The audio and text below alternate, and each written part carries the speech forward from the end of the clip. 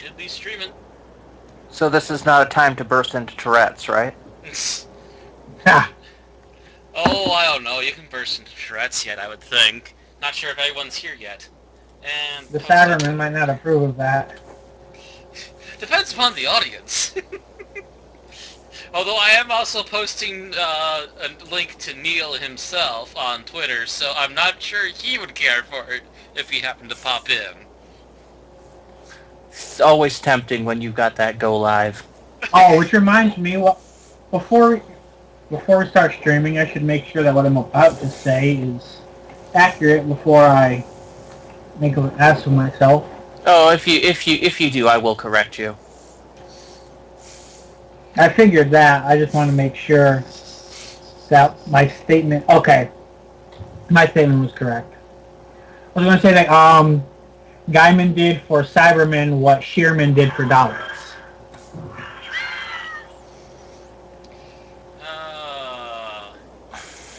Oh gosh. I can't find it now. I know it's here.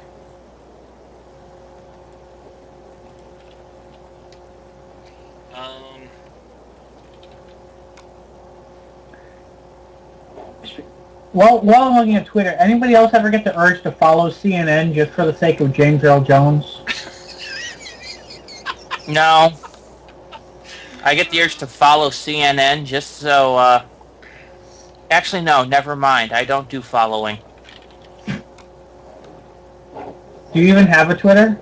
No, I do not. I have stayed away from that portion of social media. Although I discovered Neil Gaiman's Twitter address today, and I've been tempted to get one just to follow him.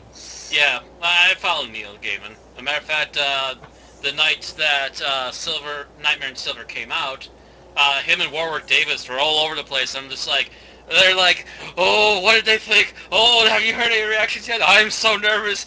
Only the most hyped episode this season. No, no problem, guys. I've heard some news back. They love us. They love us.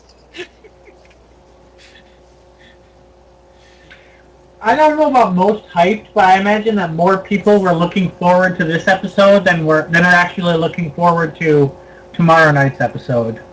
Oh, probably. Anyway, are we ready to go here? Because we're starting to get into stuff that we should be talking on the actual... We're getting toward that edge anyway. Yep. I'm bringing up Who Mix now so I can play the video, the song. Alright. Hello everyone. I know we've been streaming for a little bit, but if you're trickling in or not exactly sure if our live audience count these days, but welcome to an Unearthly Podcast, and we're here to talk about Neil Gaiman's second episode and the penultimate episode of Series 7, which is Nightmare in Silver, The Return of the Cybermen. We have myself, the Man in Black, we've got Ron-san, and of course Mad Matt. Hello. And you can take it away with the theme song if you got it. Alrighty. Just a second, gotta go back to the right tab. This one right here. I knew it was King. I could not find the video for the life of me.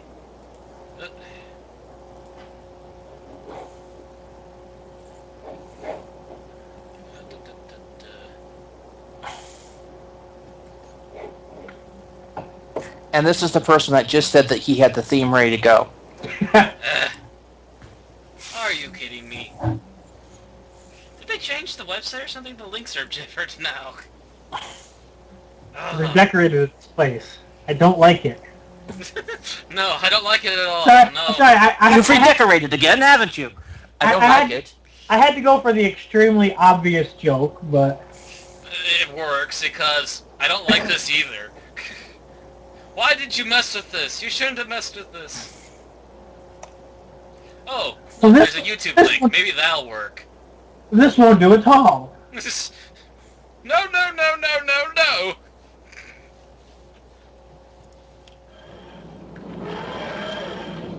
Looks like it's going to me.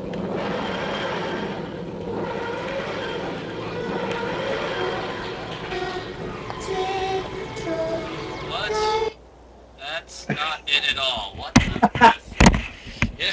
Got 30 seconds here, people. God. That wasn't it. Why would you link that? Why? That wasn't even the right link at all. Now you made me mad. Not to mention now we're looking silly on public. As a matter of fact, how many people are watching right now? 2. Hi, 2 people. Hi. One of them is me. Okay, I think we should probably go titleless at this point, as Matt's having technical difficulties. 4, 3, 2, 1. What's the countdown for? Oh.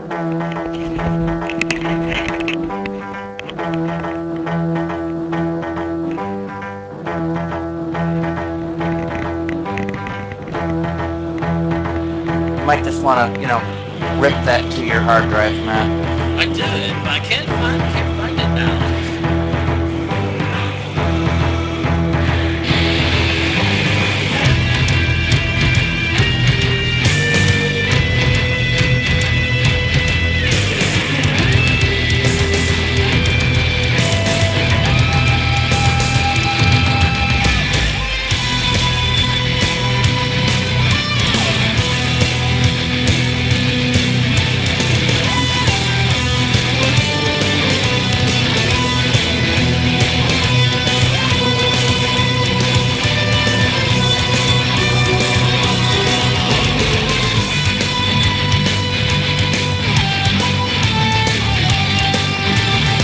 Okay, that's enough.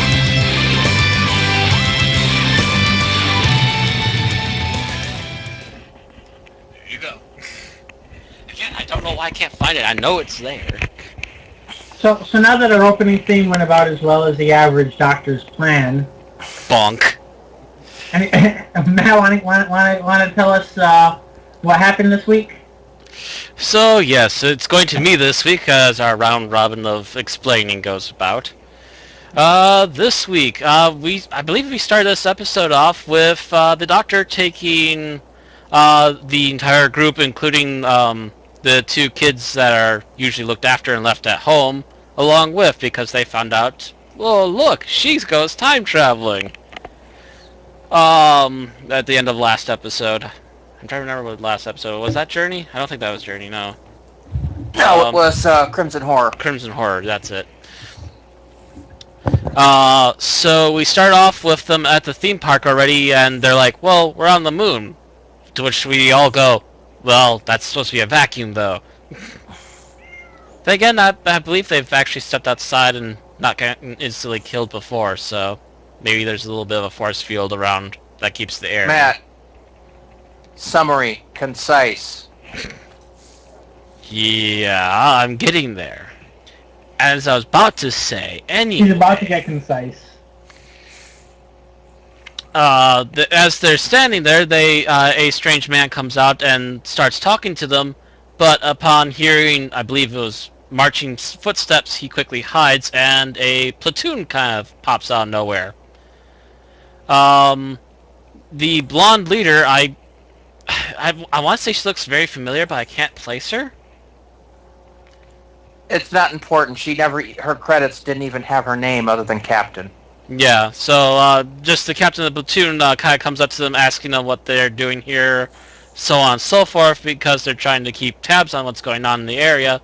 The doctor pulls out the psychic paper, which I have to say I haven't seen in a while, and gives them You did miss something first.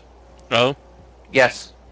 Because, yes, the doctor first pulls out the fact that he has a golden ticket. Oh yeah, he constantly refers to the golden ticket, and it will be used again later. I'm sorry, Willy Wonka reference had to be done. I had a golden ticket. But yeah, he gives them the psychic paper treatment, and they're like, "Oh, okay, you're even higher up on the pecking orders. Gotcha. Moving on, we'll leave you to your business." To which the strange man comes back out and is like, "They're gone, right? I hate people in uniforms." To which they find out that, yeah, the amusement park actually has been shut down for quite a while, but the guy keeps his own small museum in the area to which they go through and watch some odds and ends, and just before the opening credits, they see a Cyberman sitting at a chess table. They revealed it by removing a cloth.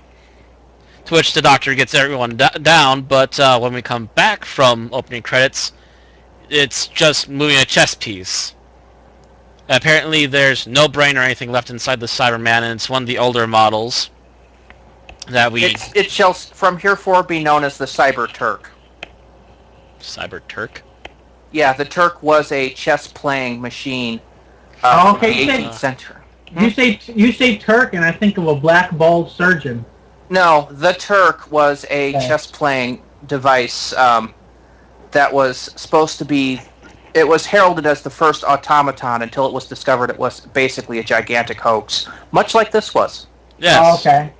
As we were about to get to, they do play a little bit of chess, to which one of the children, I believe the little girl, loses. No, it was the boy. Oh, it was the boy? I thought it was the girl at the table. No. No, that's right. The stranger pulls a coin or something out of his ear, out of the boy's ear, or pretends to slide a hand. No, he does it out of the girl's ear because she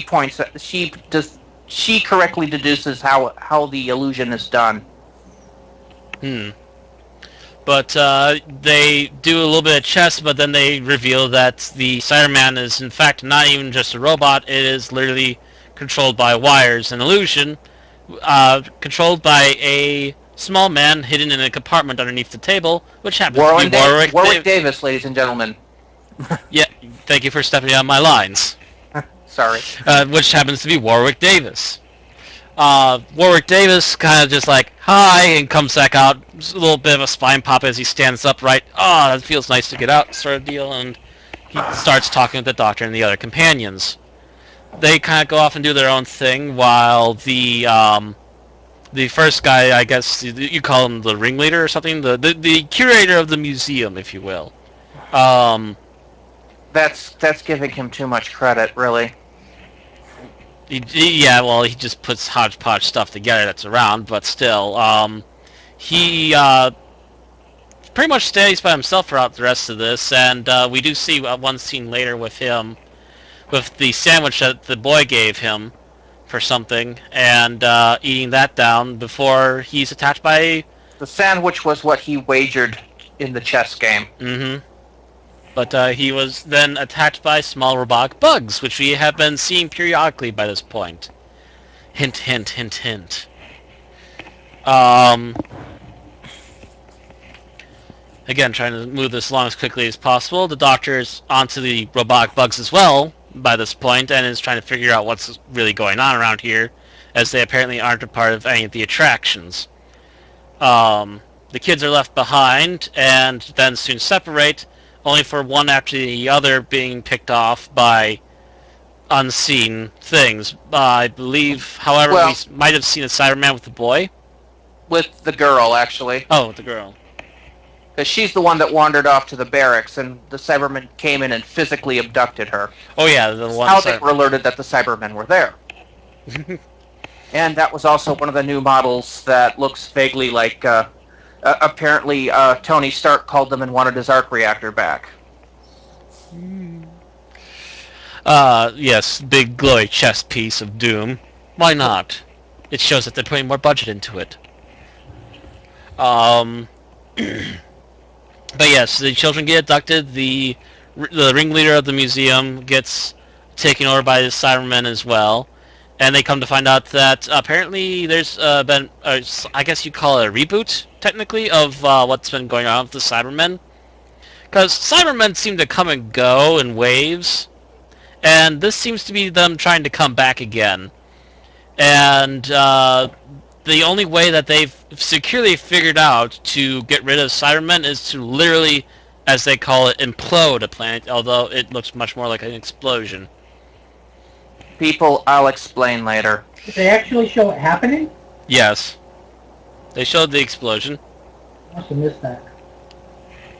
Towards For the end, what? when they blew up the planet. Okay, are we at the end of the summary now? Not quite, but... Oh, you're saying they showed... Okay. Yeah, you've gotten yourself... I thought you were talking about the nebula or whatever it was. Okay. But as we were, they do have explosives there, and they are trying to keep that as a last resort if possible. Meanwhile, the doctor has gone off to try and find the cyberbugs, finds the kids with earpieces on, and the one ringleader seems to be halfway converted to Cyberman already. And while he's talking to them, he finds out that the Cybermen have definitely done some major advancements in themselves, including the fact that they no longer need just normal humans anymore to become Cybermen. They can take on anything. In which case, they throw a handful of cyberbugs at the Doctor, and they latch onto his face and try to become one with the Doctor and try and take over his mind, because, hey, big, giant, powerful mind, let's take it over. And then we actually get to see some really decent acting from Matt Smith, I have to say, but not going to linger too much on that. There's a Matt Smith that's the Doctor, and then there's the Cyberman in his head. Cyber Planner.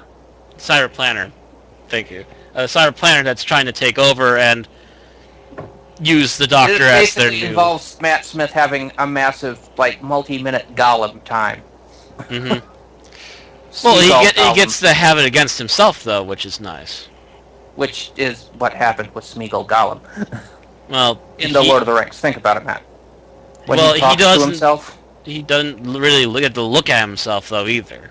Is what I'm getting at. They're both on the screen at the same time as different personalities. Only in his head.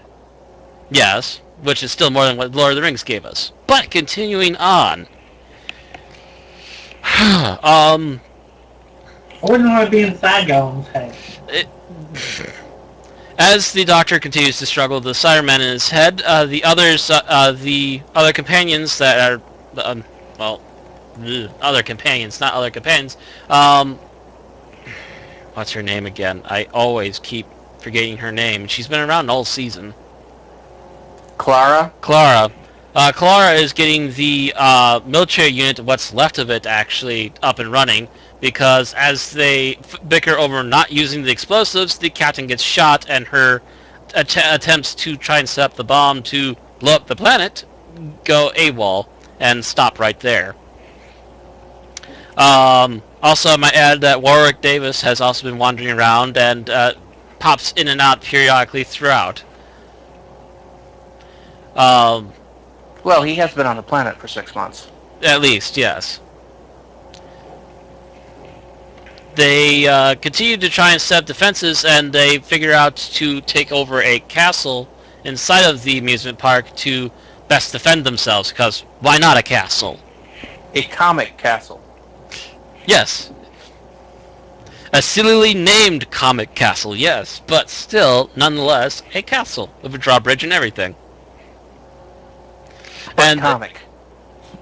And they also put the one of the power sources into the moat to try and hopefully electrocute Cybermen if they try coming across. The Doctor then shows up with the two kids and a golden ticket stuck to his face.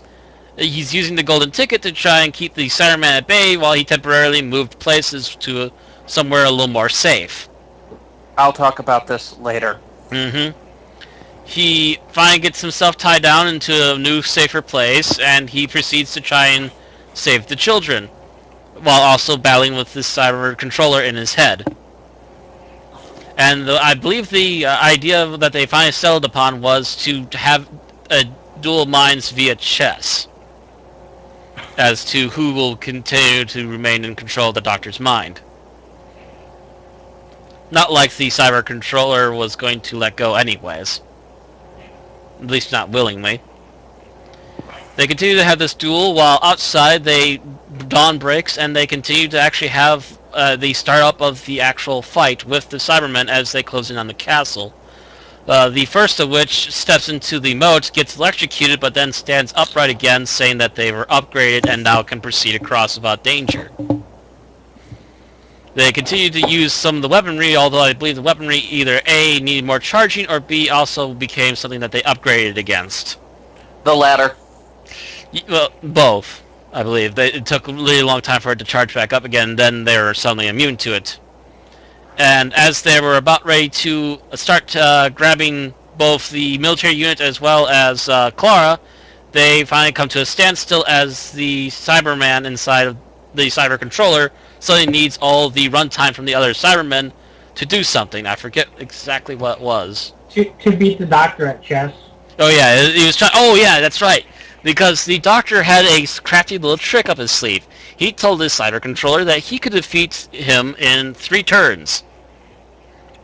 In 3 moves. 3 moves. To which the Cyber Controller was taking all the runtime from the other Cybermen and going, what? How? That's impossible. There's no way you can do this. There's absolutely no way you can do this.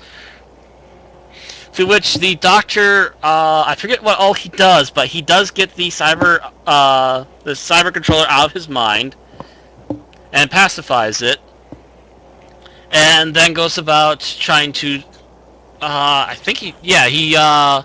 tries to get everyone into the center room where they're going to be safe while the Cybermen start up again and start to close in on the castle. I'm trying to think, it was like, pick up the EMP... It was step 1, turn on sonic screwdriver. Step 2, boost the power of the EMP glove. Step 3, apply to face. Mm-hmm. Okay. Step 4, profit. Merchandising.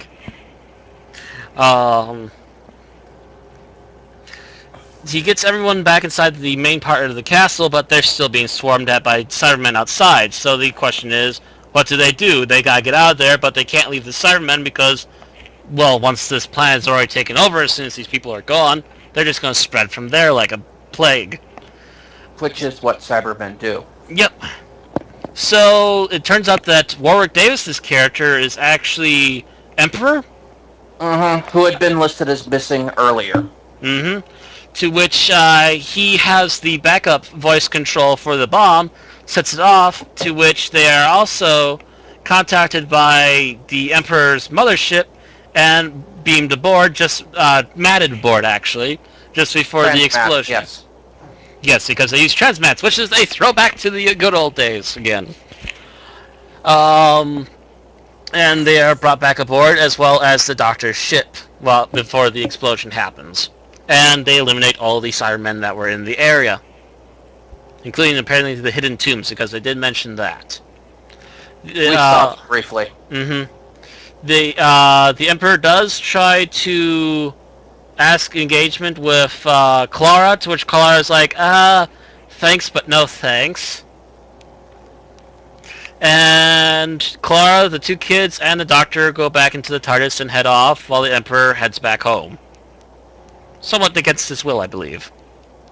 But then again, he's the Emperor. He has to. Not really so much against his will. He's just reluctant to be Emperor. He's kind of bored of the job, it would seem. Not really bored. It's more of the fact that he has to do a lot of stuff he really doesn't want to do. Like blow up planets. Yeah. So that was the plot in a nutshell. So I'd say first things first. Does anybody, or what do you guys think of the claim that was floating around the internet that this was the scariest Cyberman episode since Tomb? I wouldn't exactly call it the scariest thing out there, but it was definitely a better episode. I would say since Tomb. Since the invasion, maybe. Because anybody who says since Tomb is forgetting about the invasion. Yes. Okay, I haven't seen the invasion myself, so I couldn't judge on that. I can dub that in, and I'll say yes, that was the best. Scene, that's the classic scene of all those Cybermen coming up out of the sewers in London was just terror-inspiring. Oh yeah, that is an epic scene, especially when you realize also, for all Americans and non-British, that is a real place, and they had some actual real-life locations they were filming that, and it was epic. I don't think they really had done anything quite like that up to that point. The thing is, after the invasion, the Cybermen did become a bit of a joke. I mean, they show up, the Third Doctor didn't fight the Cybermen at all. I know. One Cyberman episode during Pertwee's reign. Yeah, there was none during Pertwee. There was one during Tom Baker's run, and it was really kind of weak. And I know around the Earthshock area, they were pretty much just generic robot killers. Well, I was actually going to get to that, Bill. Yeah, at Tom Baker's time, first of all, they reused the invasion props, but didn't have any of the modified voices or anything. And Tom Baker is almost derisive of them of being a bunch of tin soldiers mucking about in an ancient spaceship. Mm-hmm. And then we don't see the Cybermen again for about 7 years. Until Earthshock, which that's the beginning of JNT's era. Well, not the beginning, but that's the first one they do in there. They redesigned the Cybermen for the 80s with the new mouthpieces and everything. And they basically, like most of the JNT era, added a little bit of camp to the Cybermen. That was the 80s. David Banks became the cyber leader, and they tried to coin the catchphrase, "Excellent." Excellent. As the cyber catchphrase of the day. And they kind of lost their way.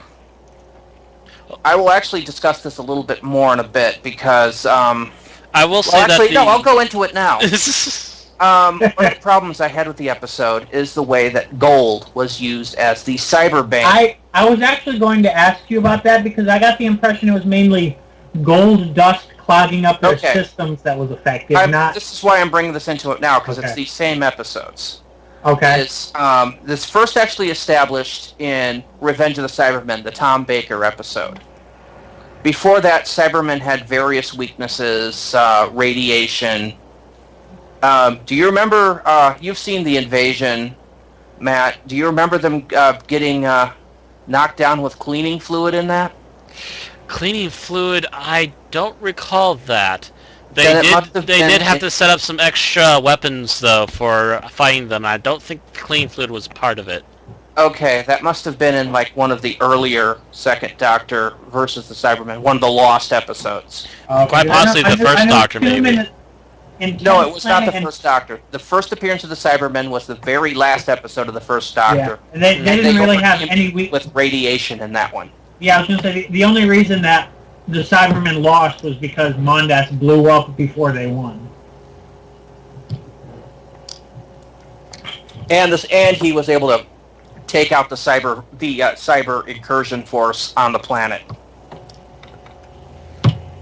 which he did using radiation because he discovered the Cybermen there at the time. That was that one specific force at the South Pole, right? Yes. Yes. Not all the ones that were taking over Geneva and everything. Mm-hmm. But yeah, so that was the original Cybermen Achilles heel. Apparently cleaning fluid wasn't one of them. And I'm not sure what actually they used to defeat them in the invasion. I don't remember. But they established in Revenge of the Cybermen, which was the Tom Baker episode, that the cyber war was won and the Cybermen were defeated when they discovered the fact that the Cybermen were weak against gold. And specifically gold dust. Mm-hmm. Gold dust being non-corrosive, it would get into their respirator and clog the breathing tubes, basically what they use to cool off the circuitry. So the Cybermen would basically have a gigantic overheat and collapse. They developed a weapon called the glitter gun, specifically to throw gold dust at Cybermen. Which is very 70s when you think about it. Very 70s, yes. And if I recall, the last use of it as such was as an Easter egg in the TV movie. What? If I recall, no. he had a bag of gold dust on it. Yes, it was mentioned, but you're once again way jumping ahead here. Right. We then, of course, have the big 7-year pause where we don't see Cybermen, and then they come back in their new 80s JNT forms, but again, gold is used to stop them, at least one of them. Specifically, it's Adric's badge of mathematical excellence, which the Doctor takes it and grates it like cheese against the grill of the Cyberman's respirator. Mm-hmm. Kind of loosely done, but I kind of let that one slide. Yeah, it's still getting the same basic idea across. Yep, the 6th Doctor episode, Attack of the Cybermen, didn't have gold. they wound up using the Cybermen's own weapons against them. Which was also shown to be effective on Earthshock as well. Oh yeah, also the 5 Doctors. They used it the 5 Doctors too. Mm-hmm. I think he also killed one with a thermal lance. I'll allow that. Yeah. But then we get up to Silver Nemesis. And we wind up with Ace. What was it? Using a slingshot and gold coins, I think? And just plunking them into the Cybermen's chest like they're throwing stars. I forgot about that. That doesn't work. Yeah, okay, the writer kind of botched. At least that means that we've had in the past it being used for something other than clogging respirators. Yes, but mind you, that's also panned as the worst Cybermen episode ever. And a lot of I'd agree based on what I've seen. And part of the bitch about that is the fact that gold wasn't used properly. Right. Gold dust was then again, once again brought up in the TV movie, but it was really it wasn't really mentioned in relation to Cybermen. It was mostly a continuity nod in a movie full of continuity nods, many of which didn't make sense. Gold has not been used as a cyber weakness at all since their return in 2006. Not that I am aware of. Yeah, so this was definitely the first time. Yes. So then we get to this one, and he slaps a ticket on a piece of cyber circuitry and causes it to fail. For a few moments, but they also start to overpower it a little bit, too. Yeah, but... Yeah, it was basically kryptonite. Yeah. That's like, what the hell were you thinking, Neil? Can't always blame Neil either. It also kind of felt like a logic gap, where the point where all of the Cybermen that are new models are basically like, we're upgrading to everything within seconds. And they're basically like, oh, because the Cyber Planner is still downloading, he has weaknesses that the Cybermen haven't had in generations, but he's still downloading the patch. Does that sound like, if you were building someone specifically programmed to be your leader, would you have that be the last patch that was downloaded?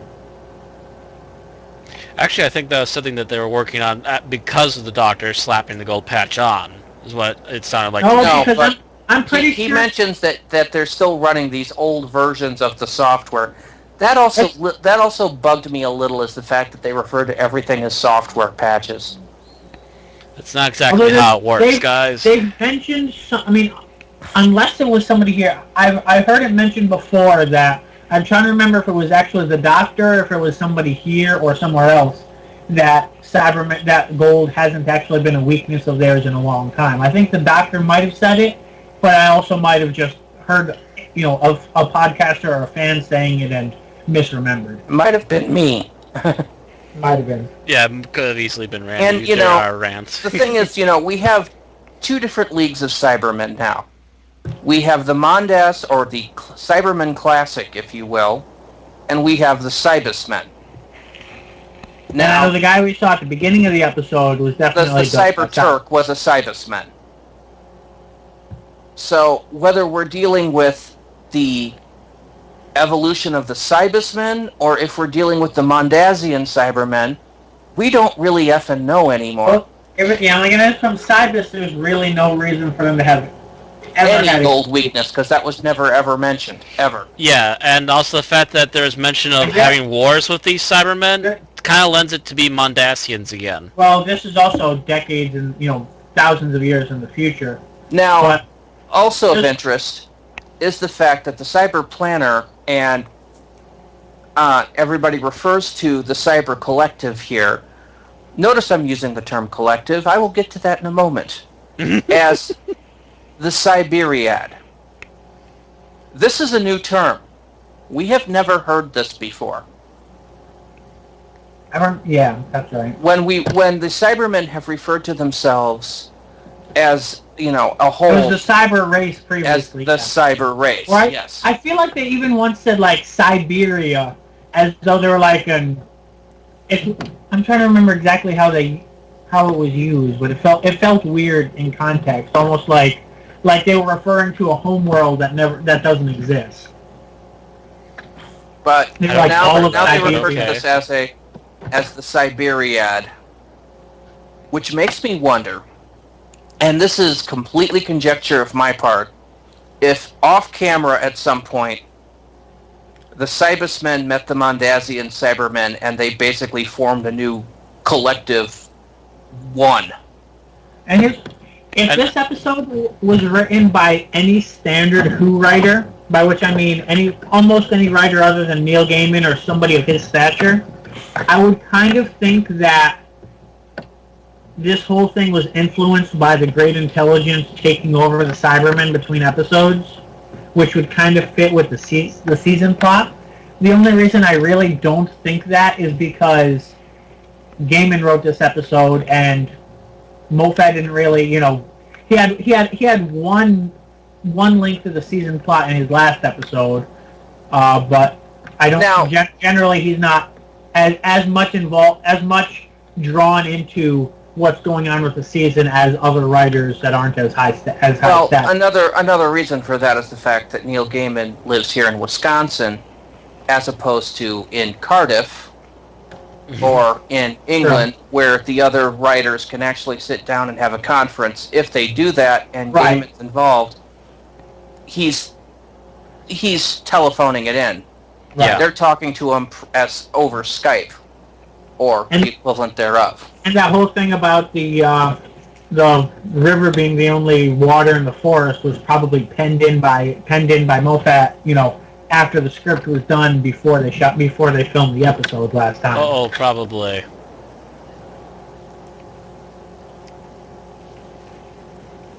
Probably, knowing Moffat. I don't remember that in that episode. It was like way at the end, I refuse to call her by her so-called proper name, so I'm just going to say the TARDIS. Just like randomly, how she's like randomly seeing bits of the future and saying random things.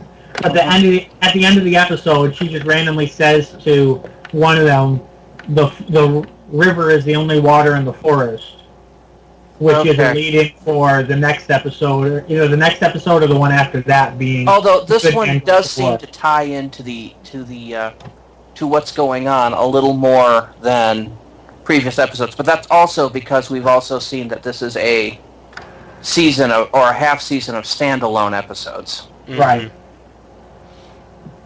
So it's possible that it just looks like it's fitting in better because of that, but it had a lead-in from the last episode. And I think that was kind of more of the idea that Gaiman probably wanted to involve children in it. And that brings me to what I would probably say would be my biggest personal critique of this, and I'll stop if you have more that you're going to with the Cybermen, but his use of the children, I feel, and seen other people talk about it, is definitely something that could have made the episode more effective. Yes, it could have. I'm thinking I'd be interrupting your thing, so I'll let you finish first. No, I was actually going to comment off of that. You got to be careful because otherwise you're going to get into Dalek territory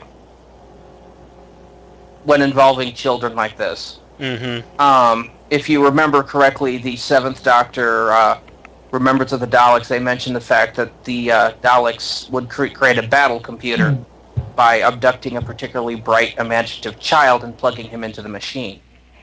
That was a kind of weird thing about that episode, yeah. No, it makes sense. Because it's the one thing the Daleks lack. Yes. Creativity. But some people might get a little squeamish on that, too. What I mean about the children is, if you're going to go to the effort of putting the children in, you should either, especially if you're trying to have it scary like this episode was, you should really either do it through the children's point of view, which would make everything a lot scarier, or at the very least, have them not be, essentially they're taken away a third of the way through the episode, kept out of the way for the vast majority of the episode, pretty much out of harm, because why would the Cybermen want them to be killed, while they're in the process of conversion, and then bring them back at the end of the episode? Okay, I can see that. the one way that what was actually done would have worked. You guys remember in the Tenant era when somebody had the earpiece in and you pulled it out, they died. Mm-hmm. If they had shown that still happens in this episode, and that the only way the Doctor could possibly save them was during that move when he sacrificed his queen, then that would work, because that would really, there would actually be stakes in that. Versus the way it actually was, if the Doctor had won the chess game, the kids would have been safe anyway. So why would he make a move that makes himself lose for the sake of saving someone he was about to save anyway? Actually, no. It was established by that point that he knew that even if he won the chess game, he was going to get betrayed by the Cyber Planner. Yep. Which, by the way, anyone else notice that the Cybermen are taking their cues from the Borg? Oh, immensely. One of the scenes that I try to lean away from a little bit during the description, but is one of the big problem scenes that I actually had, was the one where the Cyberman walks into the water, fries out for a few seconds, then suddenly stands back up and says, upgraded. There was that, but even think of even more Borgish when they got shot by the gun and just adapted to it. Yes. Like, they didn't use that upgraded. word, but upgraded was their analogy for it, adapting. And even to the point that if you look at, Matt Smith wearing just this partially wired lattice, which is, the conversion, it really looks like early stages of Borg conversion. The Cybermites were extremely awesome, especially in the beginning. I swear I saw stop motion in there, at least the idea of intentionally trying to look like stop motion. They were really nice. The Cybermites are a logical progression from the Cybermats. Yes, they are. Mm-hmm. I have no they issues also look with those. scary. Yeah, my only problem with them is using them to make Borg out of the cyber conversion process. Mm-hmm. And of course, obviously, if there weren't Borg outside of the universe, there's really not that complaint to have. But when you have two races that are that similar, that are already drawing heavy influences from one another. Yeah, I was going to say, I had mentioned in Skype earlier that it's ironic because when the Borg were related, they were often, it was arguably that the fact that they took their cues from the Cybermen, them being a half bionic race that propagates itself by converting or assimilating other races, was really the Cybermen thing before it became the Borg. And now we've got the Cybermen taking from the Borg, so it's kind of like it's come full circle. Yep, pretty much. But also the thing is that that same shot that I mentioned with the Cyberman walking into the water, I don't know if it was just me, if anyone else noticed it, but it seemed kind of filmed weakly. It felt like it was like a last-minute film job, if you will. No, it looked okay. But there's literally only one Cyberman, and they completely avoided ever looking back. What's that? There was only one Cyberman, and they completely avoided ever looking back, so that way they didn't have to show the big group of Cybermen behind them. Yeah, it was directed bad, I would say. Yeah. Yeah, I noticed. I watched it the second time on the follow-up scene. You can then, once he's adapted, I'm going to use adapted, damn it. Mm-hmm. You can actually see the leg of another Cyberman as he starts marching in. But it's only one leg. Yeah, but it's, basically it's enough to show that they were standing off camera. Yeah, it was just really badly directed them, because if they did have Cybermen back there, I would want to see them in the background more clearly. But for some reason, they completely avoided that. It just made it feel a lot more weaker of a scene. To me, at least, visually. And another issue I have is the cyber voice. That I didn't actually have a problem with. My only issue is that we've been bitching for a couple of years now that Nick Sprigg's cyber voice is too close to the Daleks. And then he comes to this, and they come out with a new cyber voice, and it's basically just a super deep version of the Dalek voice. It's like an octave or so lower than the Emperor Dalek voice. but it's the same ringtone modulation. I'm kind of like, damn it, Briggs! You did so well on Cold War doing the voice of the Ice Warrior that we thought we'd actually get to see you glow at this. And instead you come out with basically using your Dalek ringtone modulator. Here's a question. What is your favorite cyber voice? Oh, God. Me, it's the 80s one. Oh, you would like the 80s one. The excellent one? Excellent. Excellent. Yeah, it's that deep... The deep boom. It's a good villain voice, but it doesn't feel robotic or cyber in any way. Is my thing with it.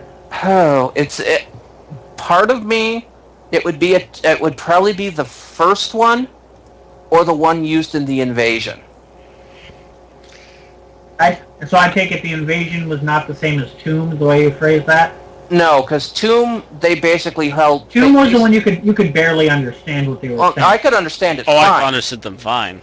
Yeah, you just have never apparently had somebody that's had their voice box removed due to throat cancer. Or watched enough Ned from South Park. Either way. Because that was what the cyber controller, and I think he was the only one that talked to that, was using to talk, because it was somebody with one of those voice modulators. Yeah. Voice modulators. but then there was the one from the first Doctor, which sounded like this. Which actually sounds like a Dalek a little bit, actually, now that I do it. But, yeah, that's because you're not doing it right. Yeah, I was going to say. No, there's a weird cadence to that voice. And actually, if you listen to that episode, they actually didn't all have the same cadence. Like, they all had the sing-song quality to it, but they weren't all talking in the same way. Like, what you could definitely distinguish the way they spoke from one another if you were paying attention. Mm-hmm. There's a bizarre kind of way that they talked. I think that was better, wasn't it? A little bit better, yeah. That nailed it a little bit better. I there was one that was like that, yeah, and then there was... But, if you're a fan of the Doctor Who audio, the audio adventure Spare Parts is the Big Finish version of the origin of the Mondas Cybermen. Yeah, and they use that particular voice. And I hadn't been fond of that voice until I heard it in Spare Parts, and it was just like, oh, that's kind of cool.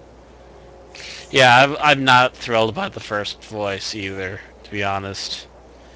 Yeah, I do remember the Tomb of Cyberman. That one was okay. The Invasion one was definitely better, but I still prefer the 80s one myself. That's what the Japanese are using for modern Doctor Who, in fact. The one from the Invasion is probably one I've never heard. Then, I would say of the ones I've heard, this episode I think was probably my favorite. Although the 10th Planet one has its role, but I wouldn't want it to be used for every Cyberman episode. Yeah. I don't know. My only problem with this voice is it comes off as a bit too Dalek-y for my liking. Yeah, it still felt a little Dalek-y. It wasn't nearly as bad as the old voice, but it's still kind of meh. Actually, I found it worse than the old voice like that, because it's using the same modulation as the Daleks. Whereas the other one, he actually was using a different modulator. Like I said, this one sounded like the same voice done an octave lower. It sounded. He was using a separate modulator in I think Pandorica, because there were a few episodes where he was literally actually is what was it? Doomsday. He would literally speak as a Dalek, change the tone on the modulator, speak as a Cyberman, and then change it back. Yeah, but he had a different dial setting. Right. This one, he's using the same setting, only adjusting the octave pitch lower. Oh, okay. It's like an octave or two below what he used to use for the Emperor Dalek voice. For those of you that remember Parting of the Ways. They survived because of me. And he's basically used that same modulation voice, only lowered it a pitch or two. Yeah. to get to the upgrading, and it's just like, damn it, Briggs, give me a little more than that, please. Yeah, it's just still not as strong and as different as we would like it to be. Which again brings me back to the fact that I would prefer the 80s voice over this. And again, the Japanese, from what I've heard, use a very similar 80s voice. There used to be some YouTube clips that had Japanese version of Rise of the Cybermen. And yeah, the Japanese, they're not there anymore. I tried to look for them a couple of months ago and couldn't find them. I just re-listened to. I finally found a clip of the new Cyberman voice on YouTube, and now I see what you're saying. It does sound very much like the Emperor Dalek. Yes, I was very disappointed when I first heard it like that, and I'm just like, no, give us some difference. The two biggest enemies the Doctor has faced are the Daleks and the Cybermen, and they should be distinctive from each other. Mm-hmm. Even in voice, they should be a lot more distinctive. And they're just not doing it. Yeah. But again, well, I would say that we should probably get off the bad parts, unless there was something else that we thought was a nitpick worthy of picking at. Implosion versus explosion. Oh yes, that's right. Again, nothing that we're going to blame Neil for, but yeah, that was supposed to be an implosion. What was with the earth-shattering kaboom? There's supposed to be an earth-shattering kaboom.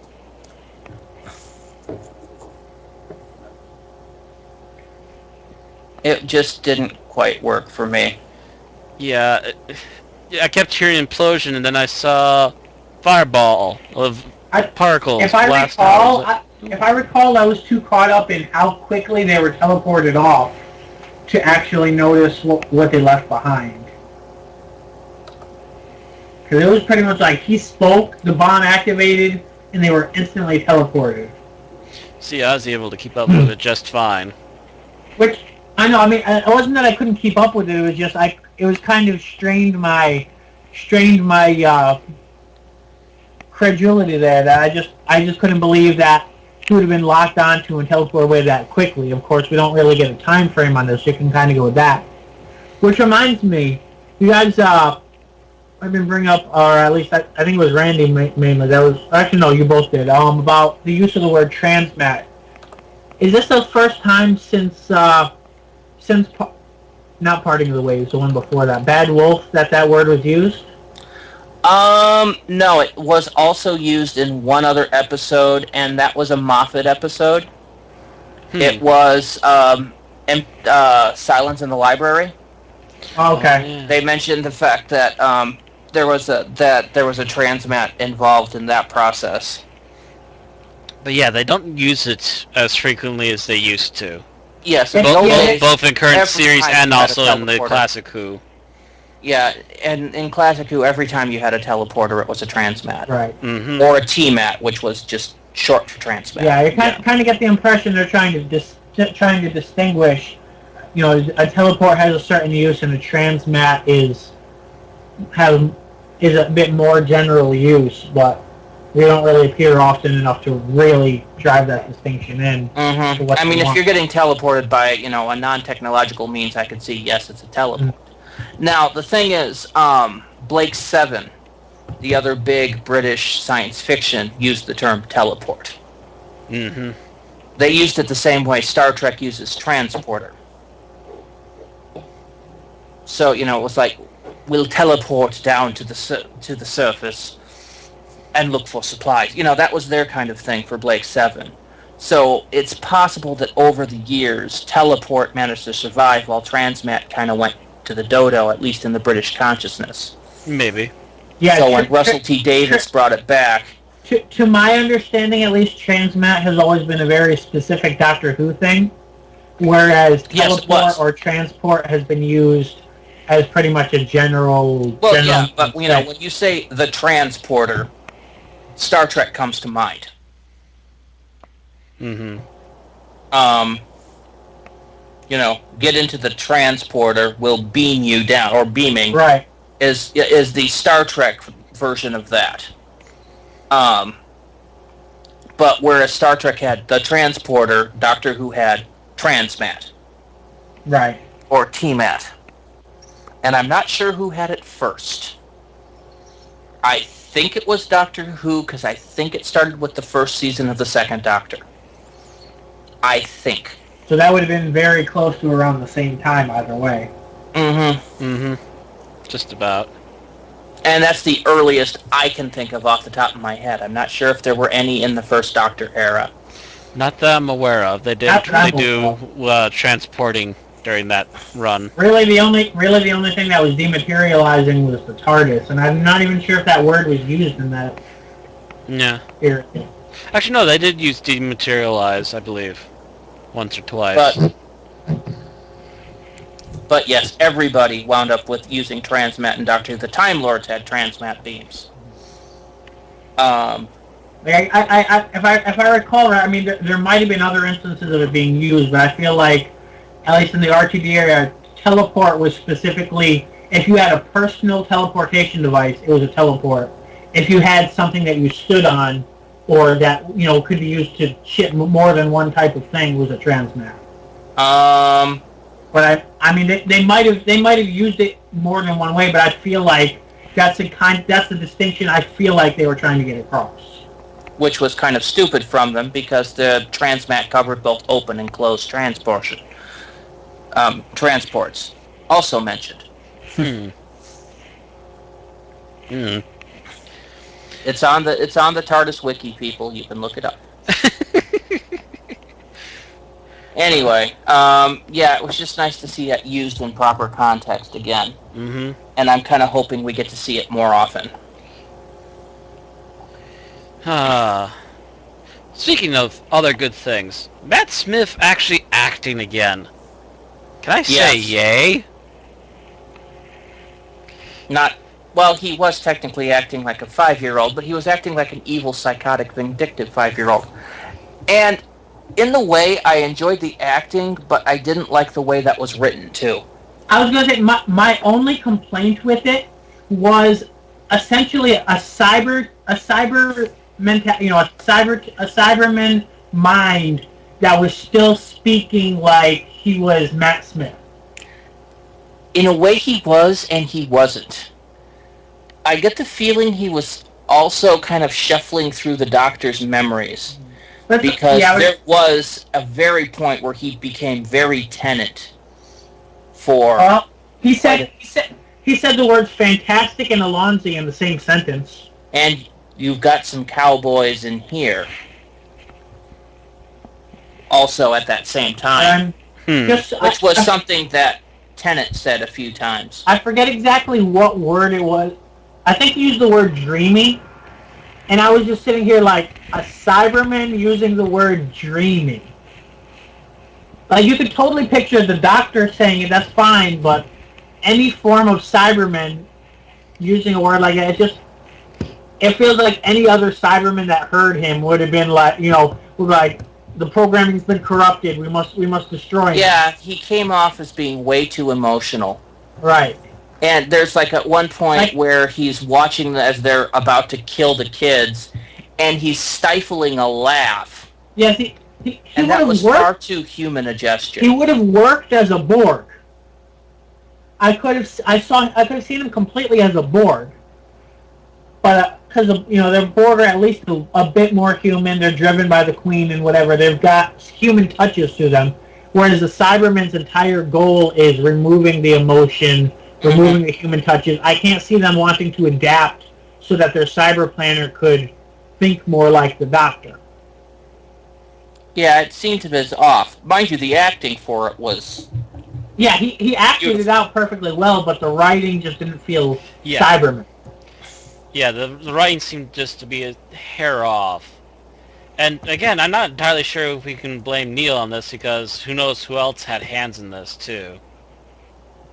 I mean, yeah, he wrote the original script, but even the director and the actors could have their own hands in on this as well. So things might have gotten mixed up and changed about or something, too. I can't imagine they would change such a pivotal bit of dialogue that much from and it wasn't such just a high bit of profile. dialogue; it was the entire dialogue. It was of the character. Yeah, that's what I mean. It was a major thing of dialogue. Plus, like it would be one like if it was like generic Joe Doctor Who writer, you could see a lot of changes. But when someone like Neil Gaiman Adams or someone like that writes a script, people don't want to change a lot of it. And that's the thing. I hold Neil Gaiman to a higher bar than I hold these other writers. Mm-hmm. I will admit that. I mean, this is Neil effing Gaiman. This is the guy whose list of awards he's won is like a mile long. And also, I might add that he has admitted wildly to be a Doctor Who fan, which also furthers the point that I would think he knows how to write a Cyberman better than that. Okay. He has won the Hugo Award, the Nebula Award, the Bram Stoker Award, the Newbery Medal, and the Carnegie Medal. He is the first author to win both the Newbery and the Carnegie Medals for the same piece of work. This is a man. Well, he doesn't have an Oscar yet. He's not an actor. No, but he's written. And he's only recently got into movie writing. Oh, okay. Most of these things that have Neil's name on it for movies is usually stuff based after books he's already written. True. Yeah, that's true. So he doesn't really have that much of a hand in it. That's true, and I don't think. Yeah, I don't. And he's been largely a co-writer. One of the first things he did was he wrote the 2007 movie Beowulf. He was co-writer on that, though. Oh, the animated movie? Yes. Just got that recently. Love that movie. And it frightens me slightly. Well, it's probably better in 2D. I went to see it in 3D and was horrible. Oh, I've only ever seen it in 2D, so... A lot of sharp, stabby things going towards your eyes in 3D. The only movie I've ever seen in 3D was the newer Ghost Rider, but that's another topic.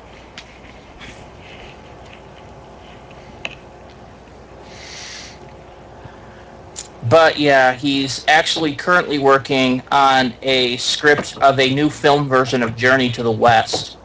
And I'm really kind of eager to see that. But yeah, this guy is a professional writer that has won massive awards and has had a couple of successful series of, well, books and comics. Mm-hmm. I'm Sandman, sure I'm still collecting Sandman. Yeah, and that's Neil Gaiman. Oh, yeah. So, yes, I hold him to a higher level because of the fact that he is this big, huge. I mean, I heard he was writing for Doctor Who back last time. I'm like, how the heck could they afford to get someone like Neil Gaiman? You know? He's a fan. That's how they can afford him. And probably the same way they can afford Warwick Davis. well, but no, I mean, that was my immediate reaction to that. Yeah. I mean, that would be like if you had a series that was a spy thriller and you get Tom Clancy to write one of your episodes. Right.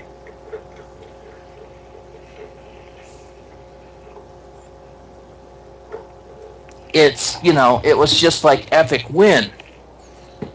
So I hold him to a slightly higher bar because he is this huge established person. So my nitpicks, mind you, come from there.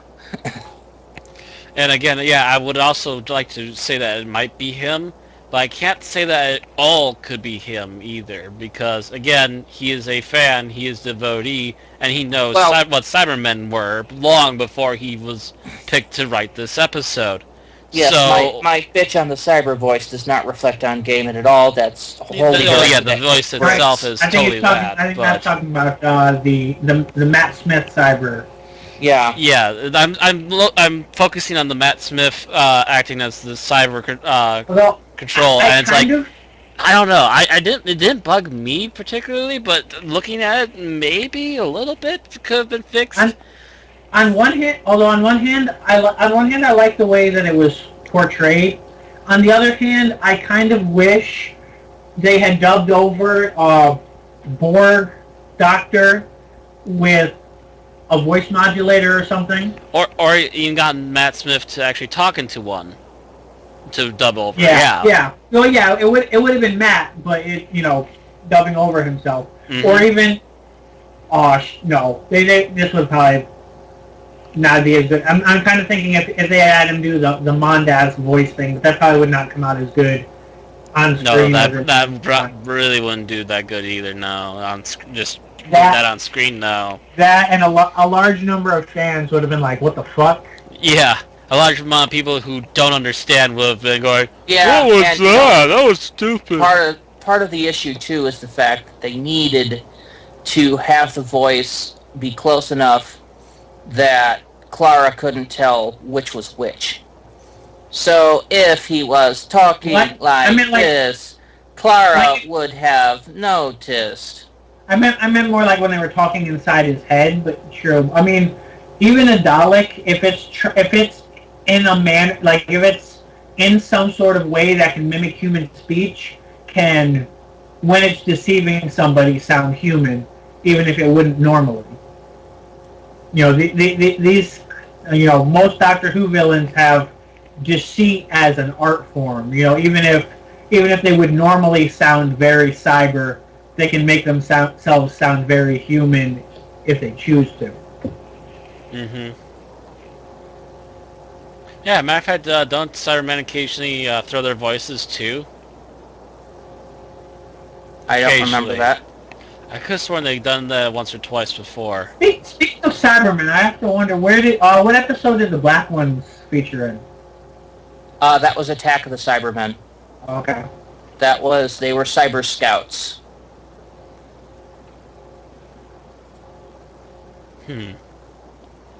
Well, actually, Matt just put this on the stream, which kind of got me thinking. I was sitting there watching the episode. They had the EMP gloves. I'm sitting there like, in the Matrix, they had a wide-scale EMP that could wipe out Sentinels for a mile. Why would somebody at war with the Cybermen not have that on hand just in case? Yeah, why wouldn't they always have something like that? Like, I understand you wouldn't want to have an EMP on your ship, but on a planet, you'd kind of think they'd be available, especially with the military garrison there. Should have been a lot more well-armed than that. You could kind of write it out by saying that the Cybermen adapted to wide-scale EMPs long ago, but... Then wouldn't short-scale EMPs be the same problem then? But I would also add that apparently this is supposed to be like some sort of B squad, because they kind of were playing these people for being a bunch of, second-rate dorks. They were saying they were there on punishment duty for being troublemakers, I believe was the... Or failing at their duty, yeah. And I feel like there have been movies based on that concept, but I haven't watched any. Oh, guarantee you, there's been dozens of movies. I'm sure somebody who watches action movies could name a couple off the top of their head. I watch some action movies. I'm not a heavy watcher or anything. Yeah, the action movies that I watch either star Jet Li or are made by Marvel Studios. Very select amount that you watch there, Bill.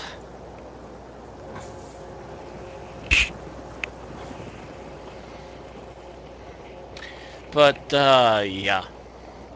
Yeah, these were technically the B Squad. And again, the captain, she strikes me as familiar. Can anyone look her up? She really strikes me as somebody familiar. I should know. I think it's more of the archetype, to the point where she plays a character that we've seen ever since.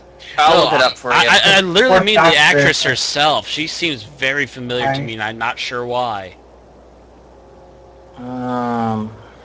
But it just struck me as odd. When I first saw her, it's like Tamsin Outhwaite. I'm trying to think, because I sworn I've seen her. I don't think you would know her, Matt, because I don't think you watch EastEnders. I was gonna say, yeah, if you watch EastEnders, you would know who she is. Actually, I may have seen clips, so that might be the reason why. Well, she's really done nothing else of note. Okay. I was gonna say, because of what if anything else?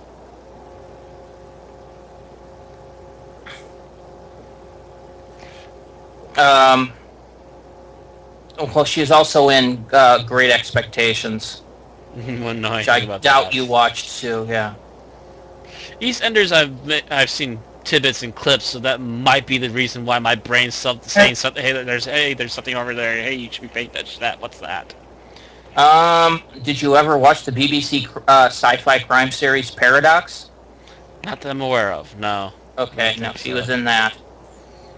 Other than that, yeah, I'm not seeing anything that you would have any knowledge on. So it's probably due to EastEnders, because I know I've seen tons of bits and clips all over the place from EastEnders, because, well, that's the big British show, isn't it not? Was she in Dimensions and Time? Nah, not that I'm aware of. I would hope not. Oh, no, never mind. They said she started in EastEnders in 1998. Dimensions was 93. Yeah, it's been a number of years afterwards, yeah. Before that, she did a lot of direct-to-video stuff. That goes to show how long EastEnders ran. I'm going to have to click on that. Yeah, that show's long. I think that show's... EastEnders has been around forever. I was going to say at least 70s or 60s. Doctor Who, but it... I want to say... I was going to say, late 60s, early 70s for sure. Nope, it started in February 1985. Oh, way later. So they're still running. Yep. Some things outlive the 80s. Part of the reason that Doctor Who got its lineup changed was because of EastEnders. EastEnders and A-Team tried to kill Doctor Who. After a few years, they succeeded in doing that too. It was EastEnders was what facilitated the Doctor Who to move to, I think it was weeknights, into a 45-minute format instead of the usual 20. Mm-hmm.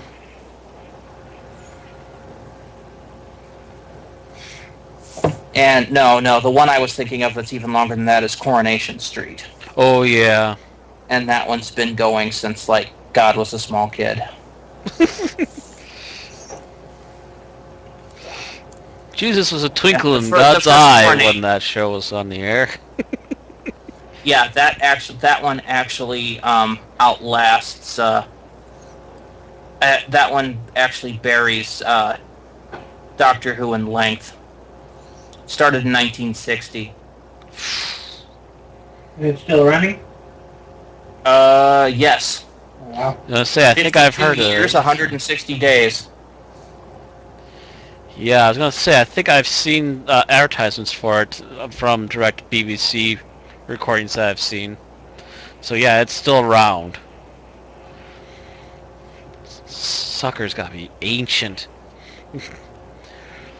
Probably right up there with General Hospital. Coronation Street actually started with the first coronation. Yeah. Here's a question: is anybody there that was acting at that time still in the show? Probably not. I highly doubt it. It's been the better part of 70 years. I'm thinking either Leonard Nimoy or what's his name? Bernard Cribbins, is that right? No, I'm gonna have to look up. I'm trying to figure out who would have the record. Actually, yes. Though he wasn't in the entire run. Right. There's Philip Lowry was one of the characters. Started in 1960, went to 68, and then has resumed the role in 2011. Oh, so somebody beats out Nimoy and Cribbins in terms of length of years having the same role on the show. Yep. Or not the same role. Cribbins didn't have the same role, but... How did Godzilla get in here? Huh? That's a non sequitur. I'm sorry. I'm going through the images for Nightmare in Silver, and there's a Godzilla poster out of the clear blue sky. Godzilla, King of the Monsters, plop. What's that doing with the Cybermen? It caused nightmares and it was on the silver screen. Maybe. Slap. I don't know. I could buy that. Oh, wow.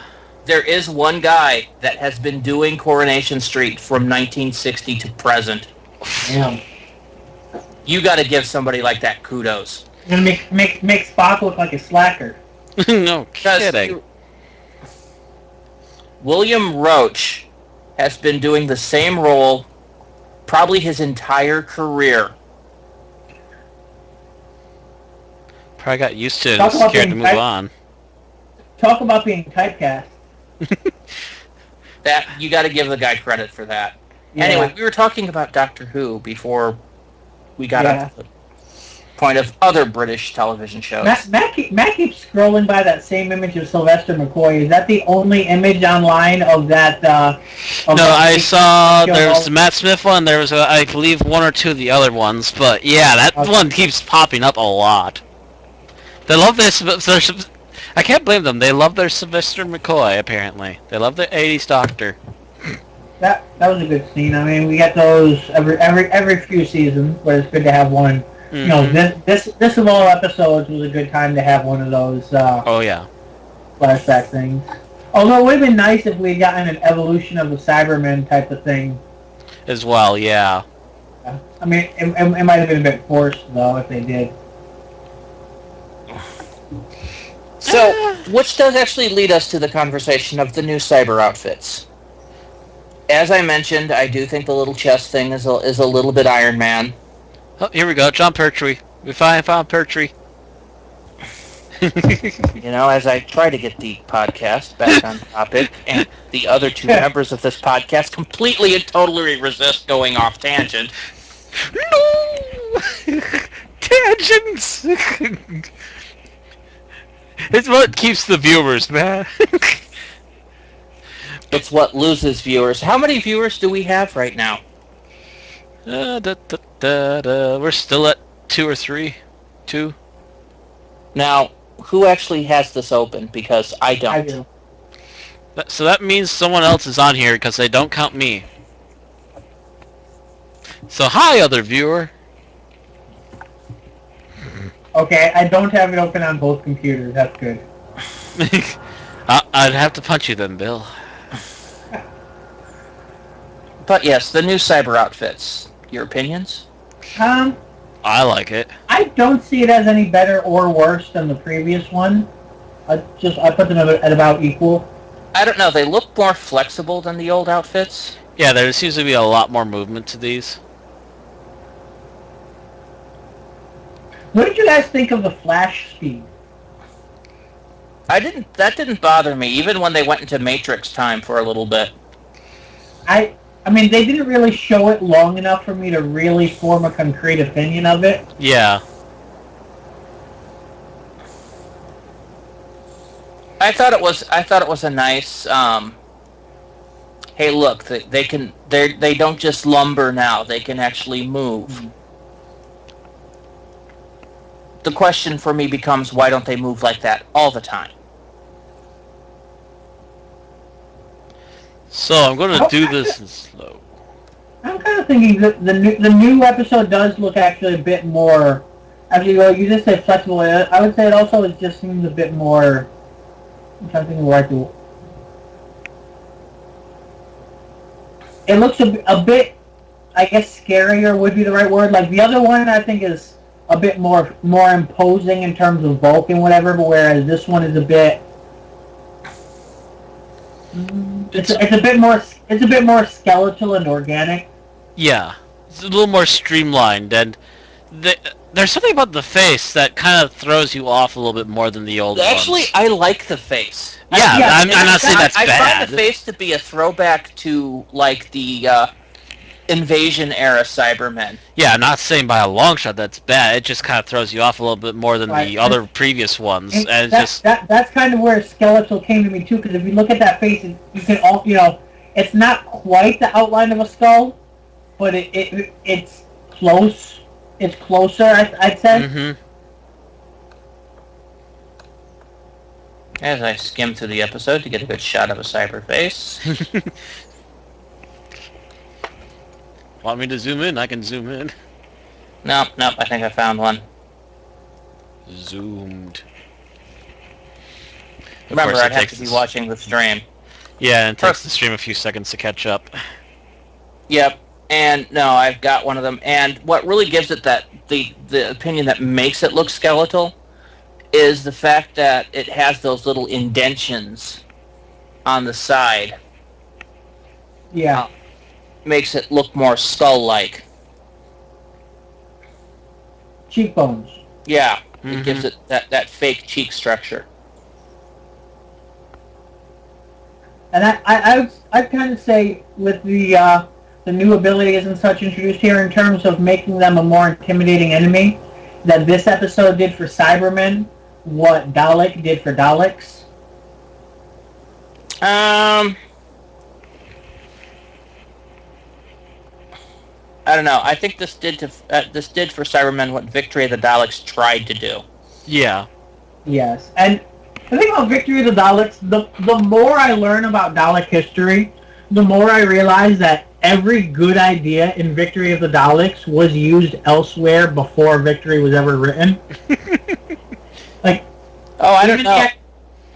Go ahead. Like, even the idea of having, an older group of Daleks and a newer group of Daleks with better weapons has been done before, except in an area where the two fought each other, in which case they definitely could have done a good thing where had they made it so that the more powerful Daleks had to prove their worth by killing the other Daleks, whereas instead of the other Daleks just letting them kill them. But even that would have... Have we had color-coordinated Sentai Daleks before? Technically we have in the 60s. Technically, a lot of those Daleks in the 60s were actually borrowed from the movie. Daleks. And in the Chase and probably Dalek's Master Plan. Yeah, except for the fact that we really couldn't see them in the Chase and Dalek's Master Plan because they were filmed in black and white. Sure. You could tell a couple of them if you really looked for it.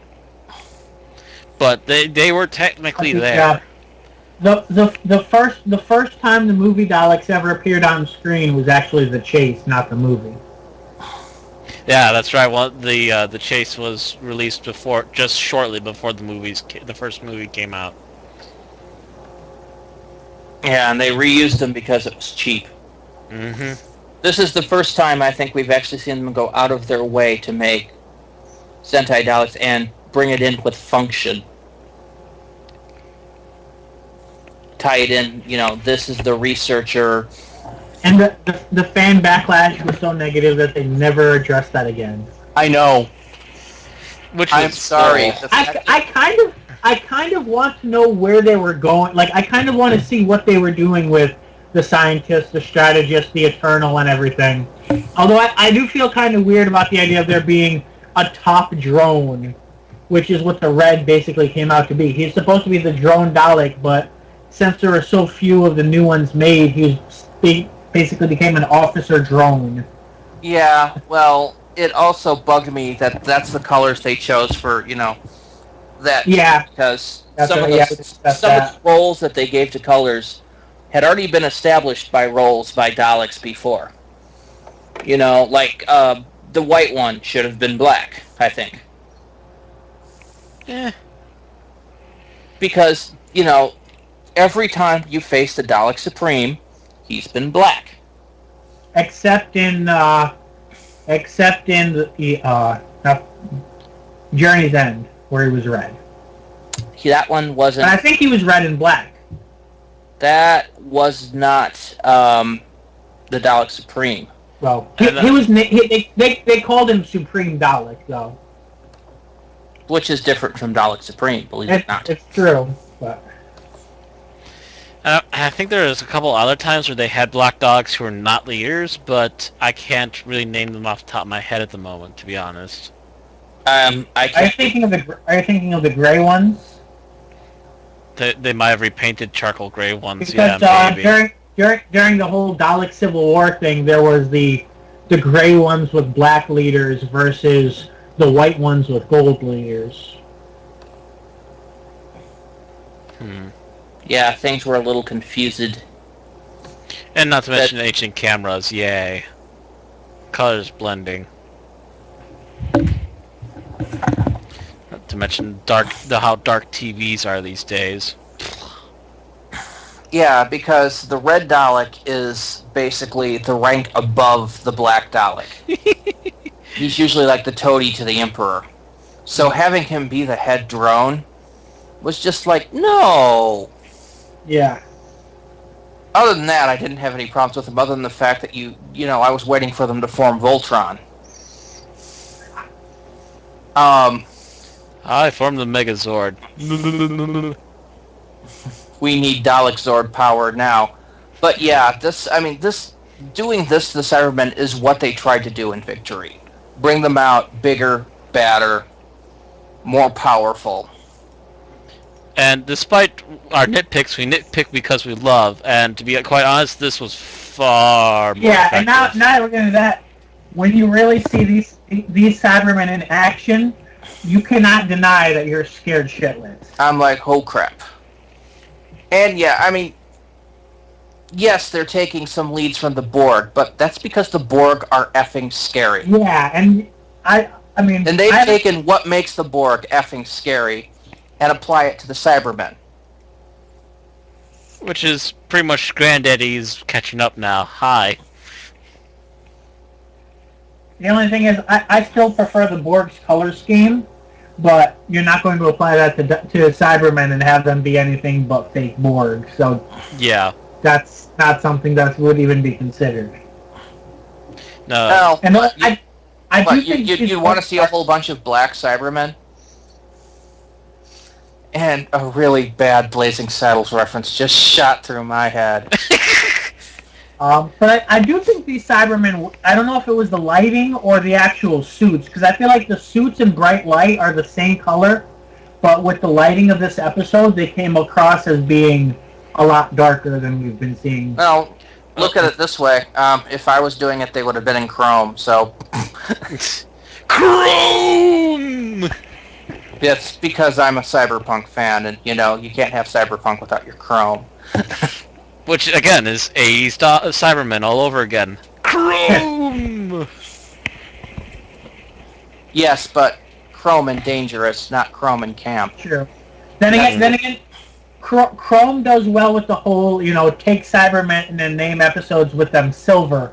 Yeah. Yeah, that fits well. You wait, I will eventually have a story that will involve chrome Cybermen. It's like gunmetal Cybermen would be intimidating, but not very silver. Which is, I think, technically what the previous ones were. That was actually kind of 80s Cybermen. They were kind of gunmetal colored. Well, the first appearance, yeah, but they gradually got more and more chrome as they went along. And then you had, the rebirth in Steel, and they weren't silver, they were steel. The Age of Steel. So they were supposed to look steel-like. So this is bringing them back to silver. Which is yet another hint of this being the original Mondasians. True. If you really think about it that way, because the other ones are supposed to be bland steel, while these are silver. Ergo, we're back. My Cybermen are in titanium, bitches. Yeah. Has adamantium appeared in Doctor Who? No. I think there's been an equivalent. Hasn't there been a Doctor Who created equivalent? Dalekanium. Yeah, apply it to Cybermen, please. Yeah, Cybermen and Dalekanium would be a bad idea. The Cybermen have boobs. They have bumps. Oh, Dalek God! Bumps. Yes, I was waiting for that! For the win! If anybody in the audience does not get what's going on, then go Google Curse of Fatal Death. Curse of... Yes. I forgot what I was about to Google. Thank you very much. Fried Bill's brain! Randy, high five through the net! I was about to... Oh, I remember. Okay, I was about to look for an image or something. Oh, he broke his hamstring for a look few at seconds. spheric beam locators.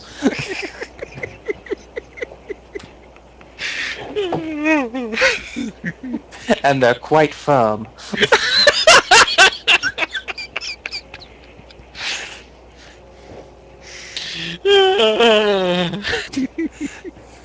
And I've just killed Matt. Oh, God. I think I've only seen that thing like twice, so it's still hilarious as hell.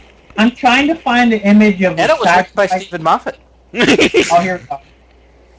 I found a still image. It doesn't have the same effect as in motion, but the I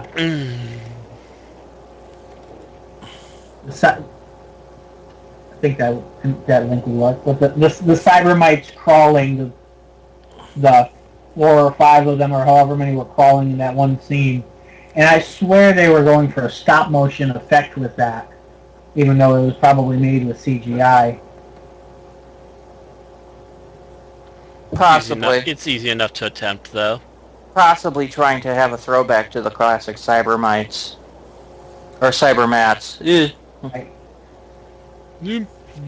How often did Cybermats appear? I mean, I know they were in Tomb, and they weren't particularly... They were in Tomb, and they were in Revenge of the Cybermen. I don't think they made another appearance until they showed up again in the new series. Mm-hmm.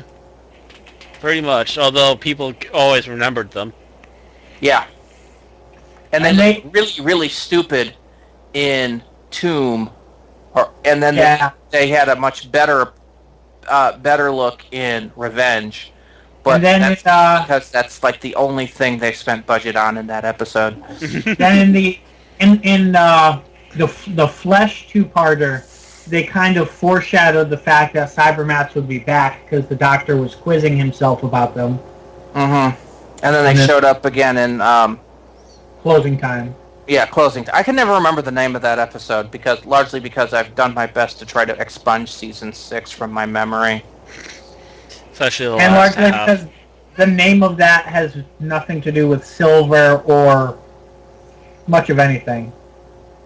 And when I think of Closing Time, I think of a bar. That, and maybe the idea of Cybermen defeated by the power of love is... That's not one of their best-known weaknesses. Yeah. Heart. I just hate that whole series. Pretty much right from the beginning, right at the end. The cyber fleet is being destroyed by Mati. Oh, God. I mean, I'm sorry. If Cybermen can be defeated by the power of love, you're getting close to throwing Lin Min-Mei at them. And I would rather not try to recreate Macross with Cybermen. No. Nope. No thanks. We will destroy the Cybermen with the power of song. Play the power song. Oh, Rick. Let's not go there. Let's not go there, Matt. I'm warning you.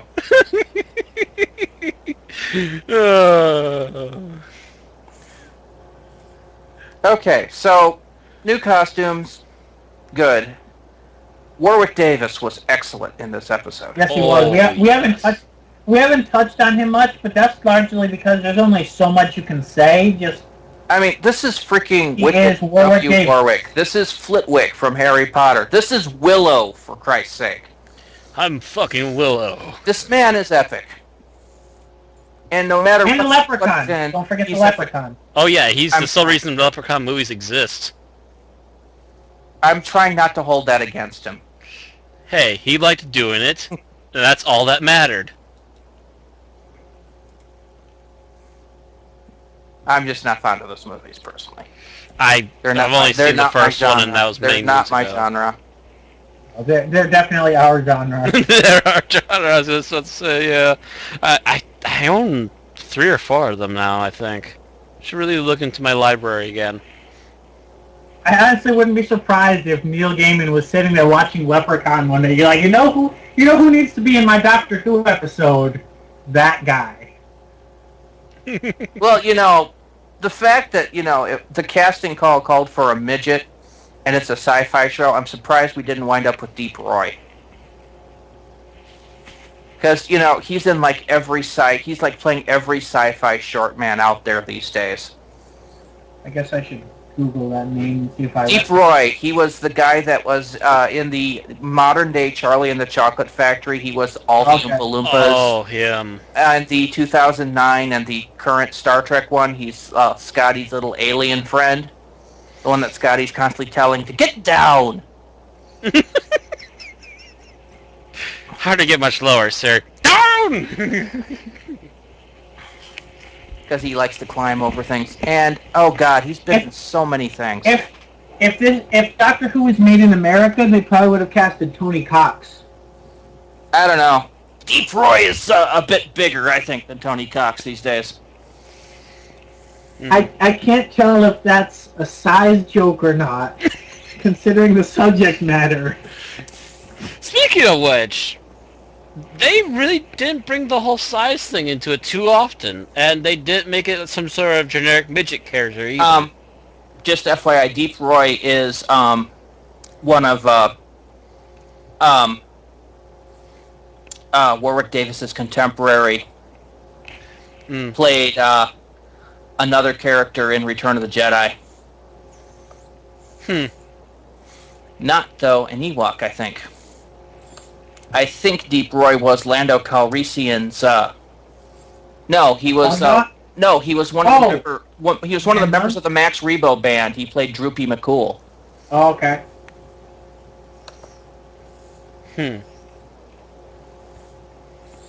So yeah, they had a lot of roles in those two movies that called for people of less than average size.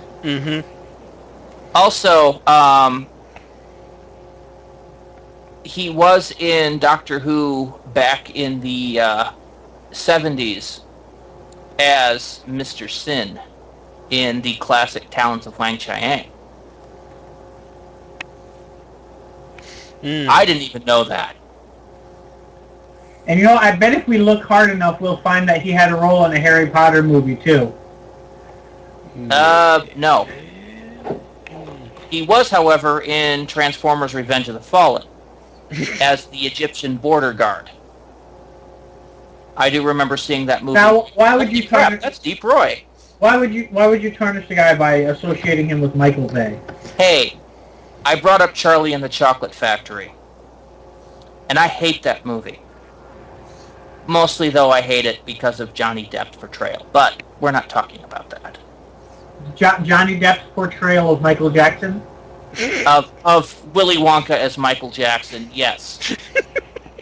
Give me... I haven't watched that movie straight on, but every time I see a scene from that, I'm like, wait, why is he playing Michael Jackson? Isn't he supposed to be playing Willy Wonka? Yeah, that's kind of my thought on it. Give me Gene Wilder's portrayal any day. By the way, if they were ever to make an American version of Doctor Who, Gene Wilder could so totally play the Doctor. Is he still around? I think so. I hope so. I think he might have died recently. Yeah, I thought he had died. I know we had a conversation about him at least once before. I don't think he's around anymore. I thought he died years ago already. I thought. I don't know. He definitely hasn't been doing anything lately. He's still around. Really? He's retired. Retired. He is retired. Okay. Retired. Christopher Lee needs to kick his ass and show him what retirement is about. Now you're supposed to do rock bands. Heavy metal.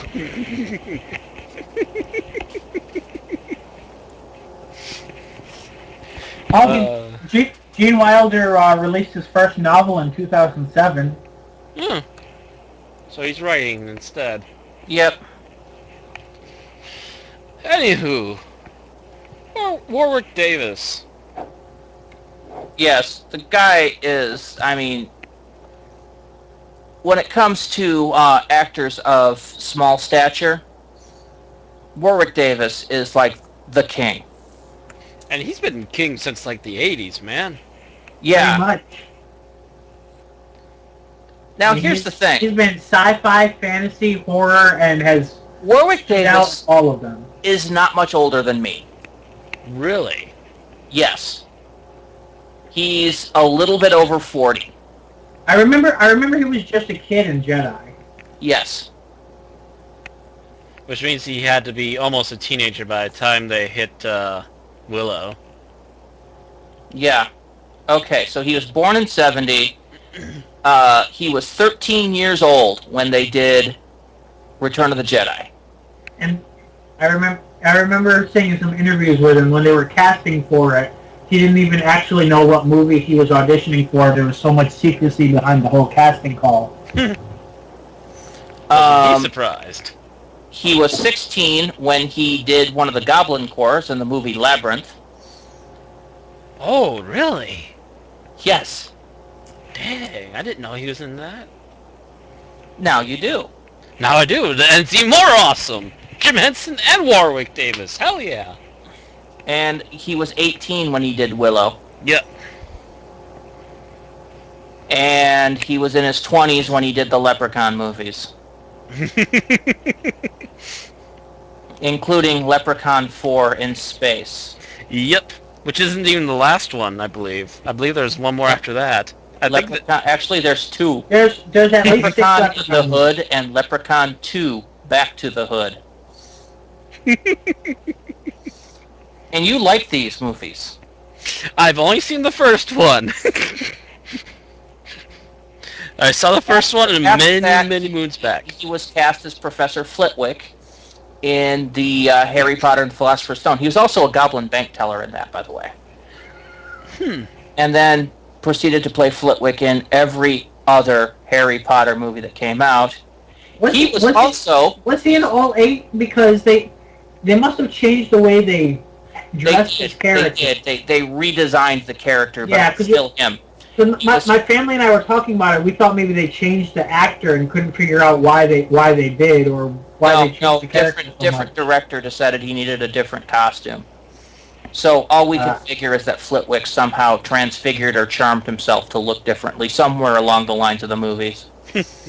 But let's see, he was he was in he was also, by the way, young Greedo in Star Wars Episode 1. Actually, he was a couple of other roles in there. And for those of you that like the 2005 Hitchhiker's Guide to the Galaxy, he was the physical actor that did Marvin the Paranoid Android. Yep. Which I might also add, it was voiced by the Sheriff of Nottingham from Robin Hood, King of Thieves. Prince of Thieves. And yes, he was in all 8 Harry Potters. Although Flitwick himself was not in the Part 1, but he did do Grip Hook in that, so he was still there. Grip Hook? The Goblin Teller from... right. Yes. He was also he was Nickabrick in Chronicles of Narnia, Prince Caspian. he was in Merlin. So he's been busy. He's been a busy little actor. And he stopped from all this acting to turn around and do Porridge in Nightmare in Silver and do it wonderfully. Wonderfully, yes. And I like the fact that they threw in that little tidbit of him actually being the Emperor and held on to that till the very end. Mm-hmm. A reluctant Emperor, one that ran away because he was sick of, all the responsibility. Mm-hmm. It was very well done. I'm kind of hoping they do bring him back for more.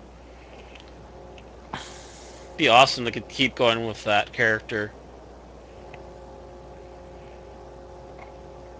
There's always a chance of it happening. I mean, we've done that a number of times before.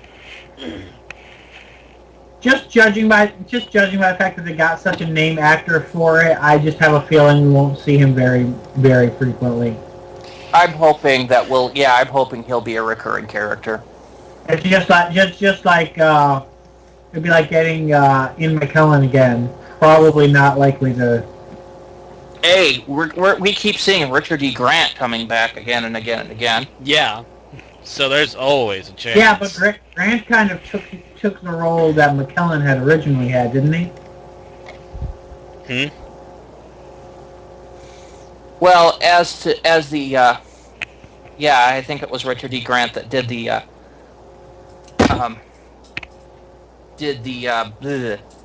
voice again in the first episode of series 7 to 7B, Bells of St. John. That was what I was looking for. Brain died on me. Reboot. Yeah, it was Richard E. Grant doing the Great Intelligence in there. Probably because they wouldn't be able to get Ian McKellen again. Well, it was more than just the voice. You could actually see a little bit of him in the screen, too. That would also be why. Mm-hmm. But if you saw the trailer for next week's episode, there was a brief picture of Richard E. Grant physically material in that. So apparently, coming back again, whether as the Great Intelligence made corporeal, or as what's-his-face, Simeon, we don't know yet. We'll have to wait and see. Yes. Now, other than Warwick Davis, most of the cast did okay. There's been a lot of bitching about the kids. The kids weren't in it long enough to really bitch about, to be honest. No, I think the main issue was having the girl come in. You know, she's automatically able to figure everything out while having an attitude the entire time she's on screen. She figures out he's the Emperor. She figures out this and that, and is just totally in your face every moment that she's actually there. Yeah, having that attitude problem. But she is that age. It's just making her the one to figure all the stuff out was, not really the pleasant way of showing that. Right. Still, I mean, she's the age that you have massive problems with authority figures. Yeah, like, if it was just that, there probably would be a little less to complain about. Although, I really wish we had actually just gotten a scene of the kids being scared of the monsters attacking the planet, That would have been nice. It's like, if you're having kids in a horror story, that's really where their real draw comes from, is they have that raw terror. And, yeah, you can't do that when they're cyber-converted. or on the verge of being ready to be cyber-converted, yeah. Especially a character like that, it would be so easy to forgive her attitude if you just saw her run and hide and... When shit got real, yeah. And then suddenly responded as if shit got real. Mm-hmm. Yeah. And then suddenly realized why the parental units are there for what they do. Mm-hmm. Becoming a moral lesson in the process. Yes. Edutainment. Oh, Jarg. But yeah, everyone else did well. Mm-hmm. We got to see Clara in charge, which was kind of cool. Yeah, she finally got to go, okay, I'm in charge. Yeah, okay.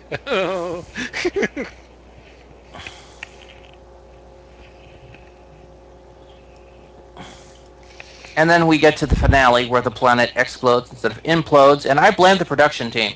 Yeah, that one you blame the production team on, because that was their fault. They apparently didn't read the script very well.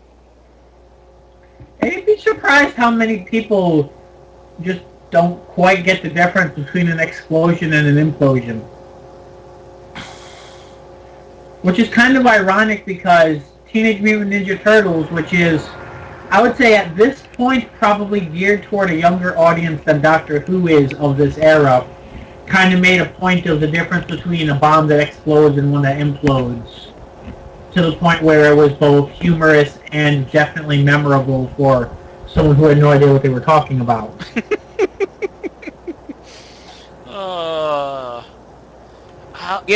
It's moments like this I get the whole concept in the 90s to push for edutainment.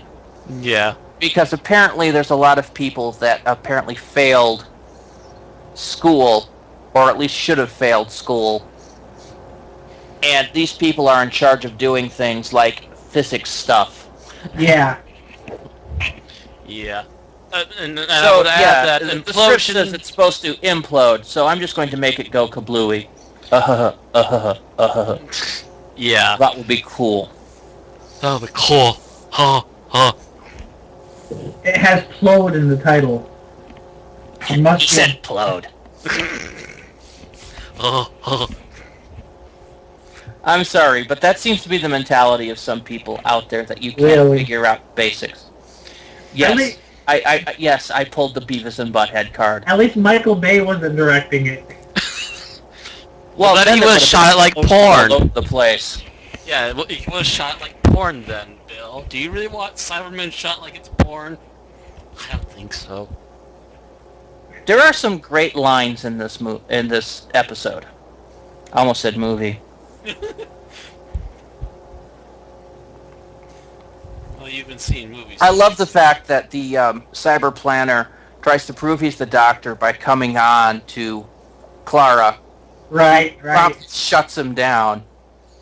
And then after the doctor wins, she asks what she thinks that if she thought that if he thought she was pretty, and he's like, no. Yeah, I like it. Short and bossy.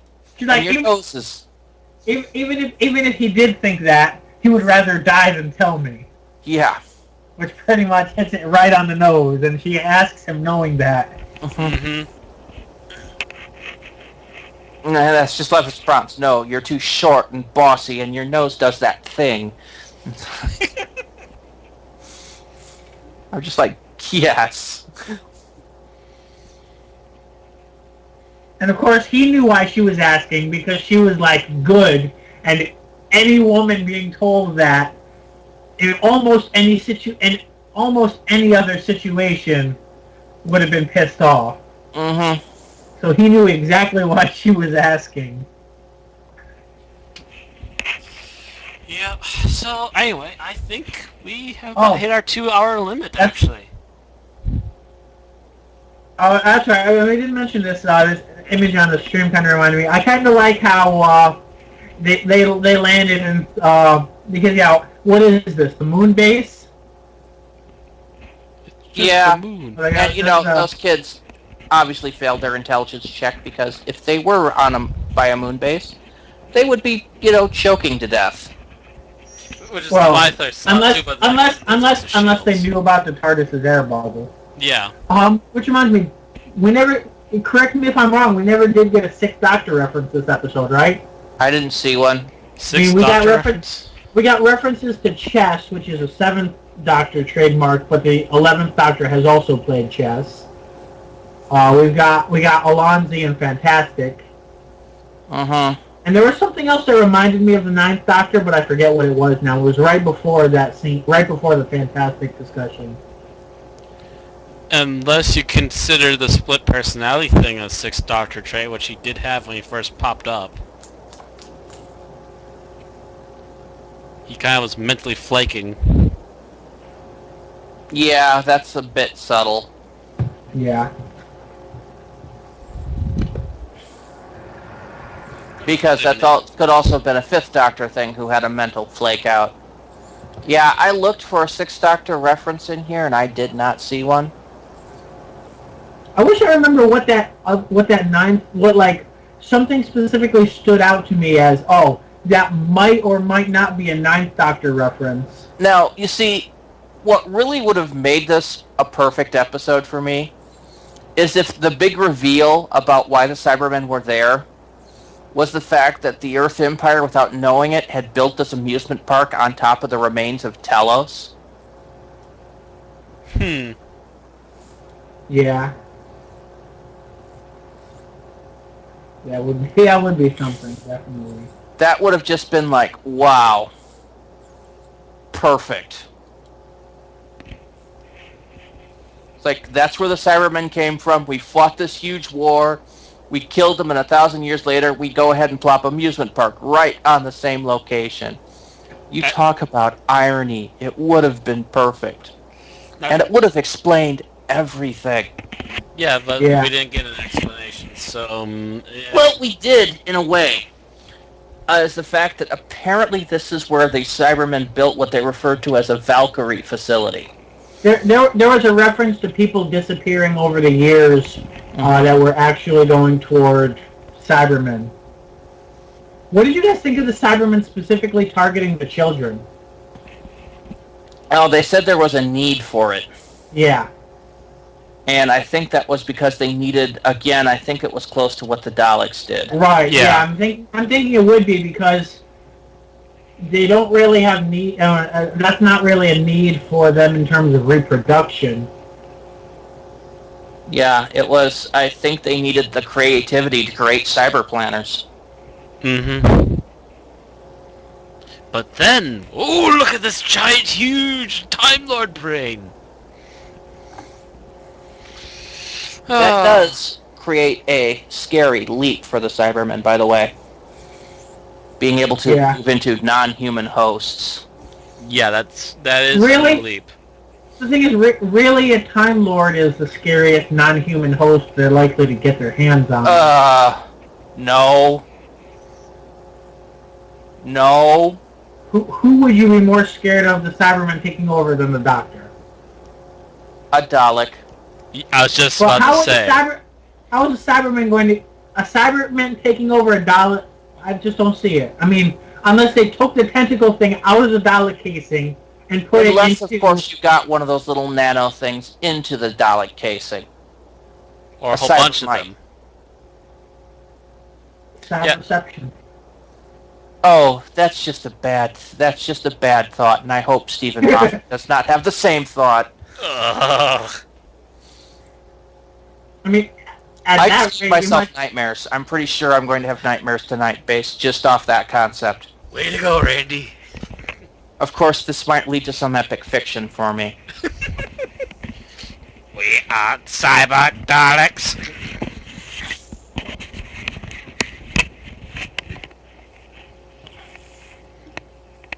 That's gonna cause some mental scars. Way to go, Randy. Oh, you can do it to yourself. Now, Davros becoming a Cyberman might be a little scarier than the Doctor becoming one. That's not one I'd like to think of either. Yeah, that would be Davros without any controls, and that would definitely be a cyber planner right there. Mm-hmm. Or hire back John Sim, the master cyber planner. Ooh. But those are plans for another time. As again, we are actually over our 2-hour limit for usual podcast. Okay, well then we should probably move on to final thoughts and rating. Mm-hmm. This is the best episode I've seen this series. This is arguably the best episode I've seen in the last 2 series, probably since The Doctor's Wife, which was the last Neil Gaiman episode. Which in of itself says something. Yeah, there's a lot of rumors out there right now that part of the reason this series has gone the way it is they're hunting to be who's going to be the next showrunner. Give it to Neil. Please, oh please, oh please, oh please, oh please. That would be interesting. We get essentially another horror-themed producer there. That would be something. Well, considering the fact that we thought we were getting that with Moffat, and he decided to go with fairy tales instead. Yeah, true. That's true. I would like to see a return to the classic Doctor Who horror feel that we got during the 3rd and early 4th Doctor. You know, the things that brought us Talons of Wang Chiang. Which, again, I think that episode's on Netflix, guys. Watch it. Also things that gave us Spearhead from Space and the Master for the first time. Actually, no. That was a slightly earlier era. Spearhead from Space was early 3rd, and the guy I'm talking about didn't come in until late 3rd. Well, by then also the Master was Hinchcliffe working is who with... I'm thinking of, I think. By that point, the Master is also doing deals with demons and shit too, though. Yeah, but no, there was a particular, not really a showrunner, but a head editor, producer, who had that kind of the dark horror feel to all of the episodes, whether they were hard sci-fi or not, and that was, I think, Hinchcliffe. If Flynn was here, he'd correct me. I think it was either Hinchcliffe or Holmes, or both of them together. Maybe both. Holmes did Spearhead, I think. If I'm getting that right. Either way.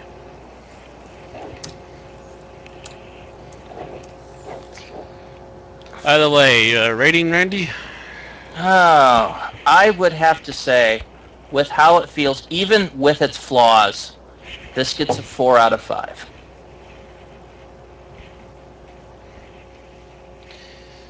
Okay, Hinchcliffe took over as producer, starting with The Ark in Space. Okay.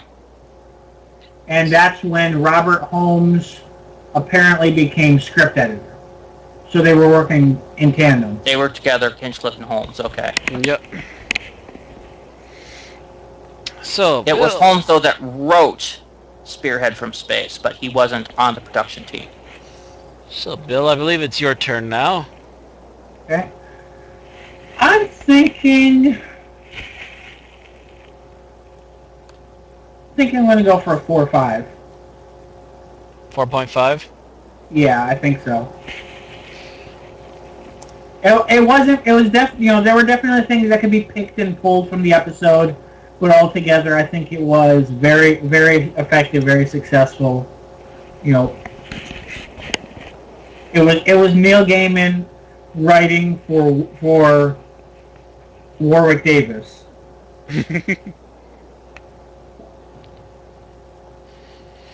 Oh, that brings it down to me. Warwick Davis, awesome. Cyberman, awesome. Not ruining the Cyberman, but actually making it even better.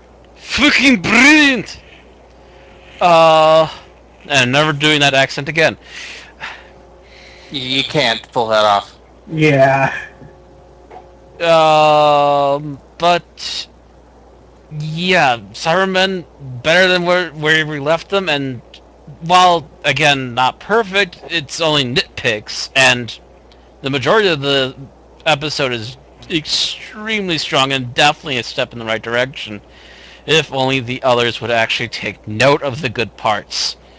I'd have to actually agree with Bill. I was thinking of it before he said at least a 4.5. If I was to say anything, the nitpicks are the only thing that occasionally there are one or two nitpicks that constantly round my brain, but beyond those, I can easily forgive them for all the rest of the things done right. So I would probably say 4.3 out of 5 between... Once you average what we got, there's a whole bunch of, sub numbers there, but that sounds to be a good approximation. Mm-hmm. Yeah. So 4.3 out of 5. And again, easily the highest number we've seen of and I think the most recent episode that we've, as a group, rated higher than that was the 11th Hour. Probably.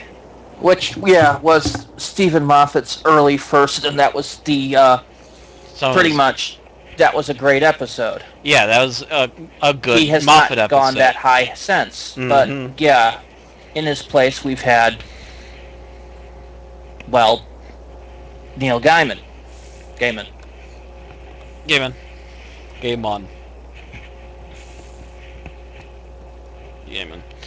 Yes. Neil is officially nailing it. And I don't know about the whole voting in a new head producer / writer thing, but if there was anyone that's obvious to point at. So the way you said Neil there, are you trying out to be the next Zod? Neil before Zod! I say to the man who's never seen a Superman movie yet, fail. I'll probably be seeing this one because I've been seeing a lot of movies in theaters this year. Yeah, I am pretty sure I'm going to go see that one. I'm seeing more and more stuff that makes me cringe about the new Superman movie. We'll still go see it. At least I'll go into it with a blank slate as someone who doesn't really care about Superman and has never seen it. Actually, I saw a trailer for that in front of Into Darkness today. It actually got my hopes up, Matt, so... They pretty much almost verbatim do the original opening from the 78 movie. with Jor-El. Apparently they made a, what was it, like a National Guard or something ad that was supposed to make people feel like joining the National Guard would make them like Superman, but apparently made it more look like Superman was the villain that the Guard was trying to defeat. This is going off of Cracked.com's analysis anyway. Yeah.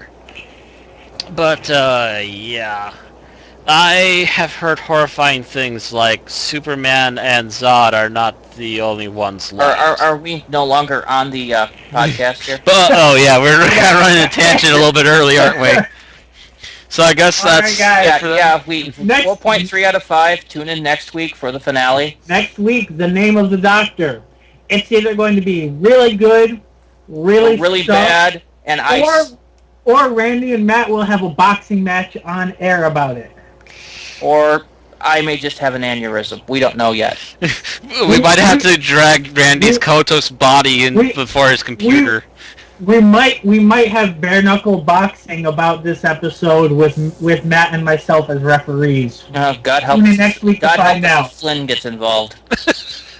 That's what I mean. I could just see this as the kind of episode that you and Flynn are at each other's throats over for 2 hours. Yeah, only you said me and Matt, so. Well, no, I was saying me and Matt would be the referees. That's what you said the second time.